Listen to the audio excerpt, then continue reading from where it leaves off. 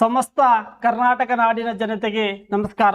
ನಾನು ನಿಮ್ಮ ಪ್ರೀತಿಯ ಎಂ ರಾಠೋಡ್, ಶ್ರೀ ಗುರುಕುಲ ಅಕಾಡೆಮಿ ಬೆಂಗಳೂರು. ಆತ್ಮೀಯ ವಿದ್ಯಾರ್ಥಿಗಳೇ, ಏನಪ್ಪಾ ಅಂದ್ರೆ ಮುಂದೆ ಬರುವ ಅಪ್ಕಮಿಂಗ್ ನೋಟಿಫಿಕೇಶನ್ಗೋಸ್ಕರ ಇವತ್ತೇನಪ್ಪಾ ಅಂದ್ರೆ ಪೊಲೀಸ್ ಇಲಾಖೆಗೆ ಸಂಬಂಧಪಟ್ಟಂತೆ ಇಡೀ ಸಿವಿಲ್ ಆಗಿರ್ಬೋದು, KSRP ಆಗಿರ್ಬೋದು, KSIS ಆಗಿರ್ಬೋದು, ಮತ್ತು ವೈರ್ಲೆಸ್ ಆಗಿರ್ಬೋದು, ಮತ್ತು CR-DR ಸಂಬಂಧಪಟ್ಟಂತೆ ಮತ್ತು ಸಿವಿಲ್ PSI ಸಂಬಂಧಪಟ್ಟಂತೆ ಸೊ ಈ ರಿಕ್ರೂಟ್ಮೆಂಟ್ ಹೆಂಗೆ ಆಗ್ತಾ ಇದೆ, ಏನು ಸ್ಟ್ರಾಟಜಿ ಇದೆ, ಏನು ಪ್ಲಾನ್ ಇದೆ, ಯಾವ ಥರ ಸ್ಟಡಿ ಮಾಡಬೇಕು, ಸೊ ರನ್ನಿಂಗ್ ದೈಹಿಕ ಪರೀಕ್ಷೆಗಳು ಹೆಂಗೆ ಪಾಸ್ ಆಗಬೇಕು, ಸಂಪೂರ್ಣವಾಗಿ ಇವತ್ತು ಜಸ್ಟ್ 1 ಅವರ್ ಒಳಗಡೆ ಆಗಿ ನಾನು ಇವತ್ತು ನಮ್ಮ PSI ಕಿಟ್ಟಿ ಸರ್ ಅವರಿಗೆ ನಮ್ಮ ಇನ್ಸ್ಟಿಟ್ಯೂಟ್ಗೆ ವೆಲ್ಕಮ್ ಮಾಡಿ ಕರೆದಿದ್ದೀವಿ.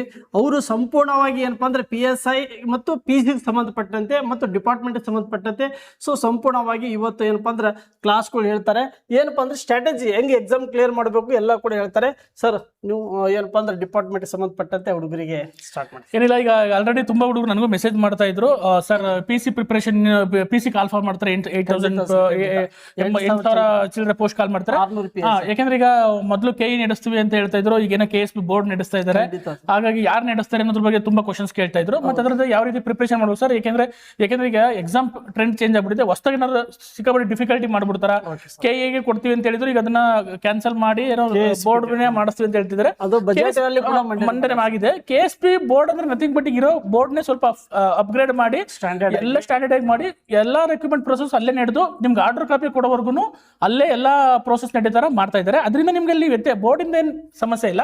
ಮತ್ತೆ ಕ್ವಶನ್ ಪೇಪರ್ ನೀವು ತಲೆ ಕೆಡಿಸ್ಕೊಳ್ಳೋ ಅವಶ್ಯಕತೆ. ನಾನು ಒಂದು ಮೇನ್ ಸಜೆಷನ್ ಹೇಳ್ತೀನಿ, ನೀವು ಯಾವುದೇ ಎಕ್ಸಾಮ್ ಪ್ರಿಪೇರ್ ಆಗಿ ಯಾವುದೇ ಎಕ್ಸಾಮ್ ಬೋರ್ಡ್ ನಡೆಸಲಿ, ನಿಮ್ಗೆ ಒಂದೇ ತಲೆಯಲ್ಲಿ ಇರಬೇಕು, ನಾನು ಎಕ್ಸಾಮ್ ಬರೆಯಕ್ಕೆ ಹೋಗ್ತಾ ಇದ್ದೀನಿ, ಅಲ್ಲಿ ಕ್ವಶನ್ ಪೇಪರ್ ಕೊಡ್ತಾರೆ, ನಾನು ಆನ್ಸರ್ ಮಾಡಬೇಕು, ಇಷ್ಟೇ ಇರಬೇಕು ಹೊರತು ನೀವು ಯಾವ ಬೋರ್ಡರ್ ನಡೆಸಿ, KE ನಡೆಸಲಿ, KSP ನಡೆಸಲಿ, ಅಥವಾ ಅಮೆರಿಕದ ಯಾವ್ದಾದ್ರು ಒಂದು ಬೋರ್ಡ್ ಕರ್ಕೊಂಡ್ಬಂದು ನಡೆಸಲಿ, ನಿಮ್ಗೆ ಅದು ಮ್ಯಾಟರ್ ಆಗಬಾರ್ದು. ನಿಮ್ಗೆ ಏನ್ ಮ್ಯಾಟರ್ ಆಗ್ಬೇಕು ಅಂತಂದ್ರೆ, ನಾನು ಓದಿರೋದು ಎಕ್ಸಾಮ್ ಅಲ್ಲಿ ಕ್ಲಿಯರ್ ಮಾಡ್ಬೇಕು, ಅಷ್ಟೇ ತಲೆಯಲ್ಲಿ ಇಟ್ಕೊಳ್ಳಿ. ಕೂಡ ಹೋಮ್ ಮಿನಿಸ್ಟರ್ ಹೇಳಿದ್ದಾರೆ ಸರ್, 2 ಡೇಸ್ ಇಂದ ವಿಜಯವಾಣಿ ಪ್ರಜಾವಾಣಿ ಎಲ್ಲ ಪೇಪರ್ ಅಲ್ಲಿ ಬಂದಿದೆ. ಸ್ಪಷ್ಟವಾಗಿ ಯಾವುದೇ ಭಯ ಪಡೋ ಅವಶ್ಯಕತೆ ಇಲ್ಲ. ಇದು ಏನಾದ್ರೂ ಹೆಚ್ಚು ಕಡಿಮೆ ಆದ್ರೆ ನಮ್ಮ ಡಿಪಾರ್ಟ್ಮೆಂಟ್ ಗೆ ಒಂದು ಕೆಟ್ಟ ಹೆಸರಿಂದ ನಮ್ಮ ಡಿಪಾರ್ಟ್ಮೆಂಟ್ ಅಂತಲ್ಲಿ ಒಂದು ಮಂಡಳಿ ರಚನೆ ಮಾಡಿ ಯಾವುದೇ ಒಂದು ಬೋರ್ಡ್ ಮಾಡಿ ನಾವು ಎಕ್ಸಾಮ್ ಇಲ್ಲ. ಯಾಕಂದ್ರೆ ಈಗ ಆಲ್ರೆಡಿ ತುಂಬಾ ಬೆಳವಣಿಗೆಗಳು ಆಗಿರೋದ್ರಿಂದ ಆ ತರದ ಇನ್ಸಿಡೆಂಟ್ಗಳು ನಡೆಯಲ್ಲ ಅಂತ ನಾವು ಅಂದ್ಕೊಂಡಿದ್ವಿ. ಅದ್ರ ಬಗ್ಗೆ ಬಿಡೋಣ. ಈಗ ನಾವು ಎಕ್ಸಾಮ್ ಸ್ಟ್ರಾಟಜಿ, ಈಗ ನಾವು ಪೊಲೀಸ್ ಕಾನ್ಸ್ಟೇಬಲ್ ಬಗ್ಗೆ ನಿಮಗೆ ಗೊತ್ತು, ಫಸ್ಟ್ ರಿಟರ್ನ್ ಎಕ್ಸಾಮಿನೇಷನ್ ಇರುತ್ತೆ. ಎಕ್ಸಾಮ್ ಬಗ್ಗೆ ಹೇಳ್ಬೇಕು ಸರ್. ನಮ್ಮ ಹುಡುಗರಿಗೆ ಎಕ್ಸಾಮ್ 100 ಮಾರ್ಕ್ಸ್ ಇಂದ ಎಕ್ಸಾಮ್ ಇರುತ್ತೆ. ಈ ಎಕ್ಸಾಮ್ ಅನ್ನು ಯಾವ ತರ ಸ್ಟ್ರಾಟಜಿ, ಅದು ಹುಡುಗರು ಕನ್ಫ್ಯೂಷನ್ ಇದಾರೆ ಸರ್. ಕೆಲವಷ್ಟು ಜನ ಹುಡುಗರು KE ಮಾಡ್ತಾರೆ, KE ಕಡೆ ಹೋಗೋದು, ಕೆಲವಷ್ಟು ಹುಡುಗರು KSP ಮಾಡ್ತಾರೆ, KSC ಟರ್ನ್ ಆಗ್ತಾ ಇದ್ದಾರೆ. ಯಾಕಂದ್ರೆ ಕ್ವಶನ್ಸ್ ಪೇಪರ್ ಅಲ್ಲಿ ವ್ಯತ್ಯಾಸ ಇದೆ, ಸಿಲೆಬಸ್ ಅಲ್ಲಿ ಕೂಡ ವ್ಯತ್ಯಾಸ ಇದೆ. ಹಾಗಾಗಿ ಹುಡುಗರಿಗೆ ಒಂದು ಕ್ಲಾರಿಟಿ ಕೊಡಿ ಸರ್ PSI ಎಕ್ಸಾಮ್ ಗೆ. ಆಮೇಲೆ ಫಿಸಿಕಲ್ ಗೆ ಸರ್, ಫಿಸಿಕಲ್ ಪ್ರಿಪರೇಷನ್ ಗೆ ಆಮೇಲೆ ಸ್ಟಡಿ ಪ್ಲಾನ್ ರೀತಿ ನೋಡ್ತಾ ಹೋಗೋಣ. ಸಿಂಪಲ್ ಆಗಿ ನೋಡ್ತಾ ಹೋಗೋಣ, ತುಂಬಾ ಕಾಂಪ್ಲಿಕೇಟ್ ಮಾಡ್ಕೋಬೇಡಿ. ಗೊತ್ತಾಗ್ತಿದೆ ನೋಡಿ. ಫಸ್ಟ್ ನಿಮ್ಗೆ ಪೊಲೀಸ್ ಕಾನ್ಸ್ಟೇಬಲ್ ಎಕ್ಸಾಮ್ ಸ್ಟ್ರಕ್ಚರ್ ಬಗ್ಗೆ ಗೊತ್ತು. ಸ್ಟ್ರಕ್ಚರ್ ಏನಿಲ್ಲ, ಫಸ್ಟ್ ಏನ್ ನಡೆಯುತ್ತೆ, ರಿಟರ್ನ್ ಎಕ್ಸಾಮಿನೇಷನ್ ನಡೆಯುತ್ತೆ, ಆಮೇಲೆ ಫಿಸಿಕಲ್ ನಡೆಯುತ್ತೆ, ಆಮೇಲೆ ನಿಮ್ಗೆ ಡಾಕ್ಯುಮೆಂಟ್ ವೆರಿಫಿಕೇಶನ್ ನಡೆಯುತ್ತೆ, ಪ್ಲಸ್ ಮೆಡಿಕಲ್ ನಡೆಯುತ್ತೆ, ಆಮೇಲೆ ಆರ್ಡರ್ ಕಾಪಿ ಕೊಡ್ತಾರೆ. ಇದೇ ನಿಮ್ಗೆ ಗೊತ್ತಿರೋದು ಸಿಂಪಲ್. ಯಾಕಂದ್ರೆ ಇದು ನೀವು ಏನಾದ್ರು ಅಕಸ್ಮಾತ್ ನನ್ನ ಕರ್ನಾಟಕದ ನಾವು ಪೊಲೀಸ್ ಡಿಪಾರ್ಟ್ಮೆಂಟ್ ನೋಡಿದ್ವಿ, ಕೇವಲ 8 ತಿಂಗಳು, 6 ರಿಂದ 8 ತಿಂಗಳಲ್ಲಿ ನೋಟಿಫಿಕೇಶನ್ ಕರೆದು ಎಕ್ಸಾಮ್ ನಡೆಸಿ ಆರ್ಡರ್ ಕಾಪಿ ಕೊಟ್ಟಿರ್ತಾರೆ. ಹಾಗಾಗಿ ಅದ್ರ ಬಗ್ಗೆ ಥಿಂಕ್ ಮಾಡಬೇಡಿ, ನೋಡೋಣ ಎಷ್ಟು ಬೇಗ ಆಗುತ್ತೆ ಅದ್ರ ಬಗ್ಗೆ ಇದ್ ಮಾಡೋಣ. ನೆಕ್ಸ್ಟ್ ಫಸ್ಟ್ ನೀವು ಅಂಡರ್ಸ್ಟ್ಯಾಂಡ್ ಮಾಡಿ ಕಂಪ್ಲೀಟ್ ಸಿಲೆಬಸ್ ಅಂಡರ್ಸ್ಟ್ಯಾಂಡ್ ಮಾಡ್ಕೋಬೇಕು. ಏನೇ ಸಿಲೆಬಸ್ ಬರುತ್ತೆ ಅಂತ ನಿಮ್ಗೆ ಗೊತ್ತು ಆಲ್ರೆಡಿ ಸರ್, ನೀವು ಹೇಳ್ತಾರೆ. ಈಗ ಈ ಸಿಲೆಬಸ್ ಅಂತಂದಾಗ ನಮ್ದು ಇದೆ ಸರ್, ಸಿಲೆಬಸ್ ಬಗ್ಗೆ ಒಳಗಡೆ ನಾವು ಅಲ್ಲಿ ಬಂದ ನಾವು ಡಿಸ್ಕಸ್ ಮಾಡೋಣ. ಬಟ್ ಸಿಲೆಬಸ್ ಅಂತ ಹುಡುಗರು ಏನೇನು ಕಲಿತೀವಿ ನಾವು ಈ ಒಂದು ವಿಡಿಯೋಗಳಲ್ಲಿ, ಇದು ತುಂಬಾ ದೊಡ್ಡ ವಿಡಿಯೋ ಆಗ್ಬೋದು ಅಥವಾ ಪಾರ್ಟ್ ವೈಸ್ ಪಾರ್ಟ್ ಬರುತ್ತೆ.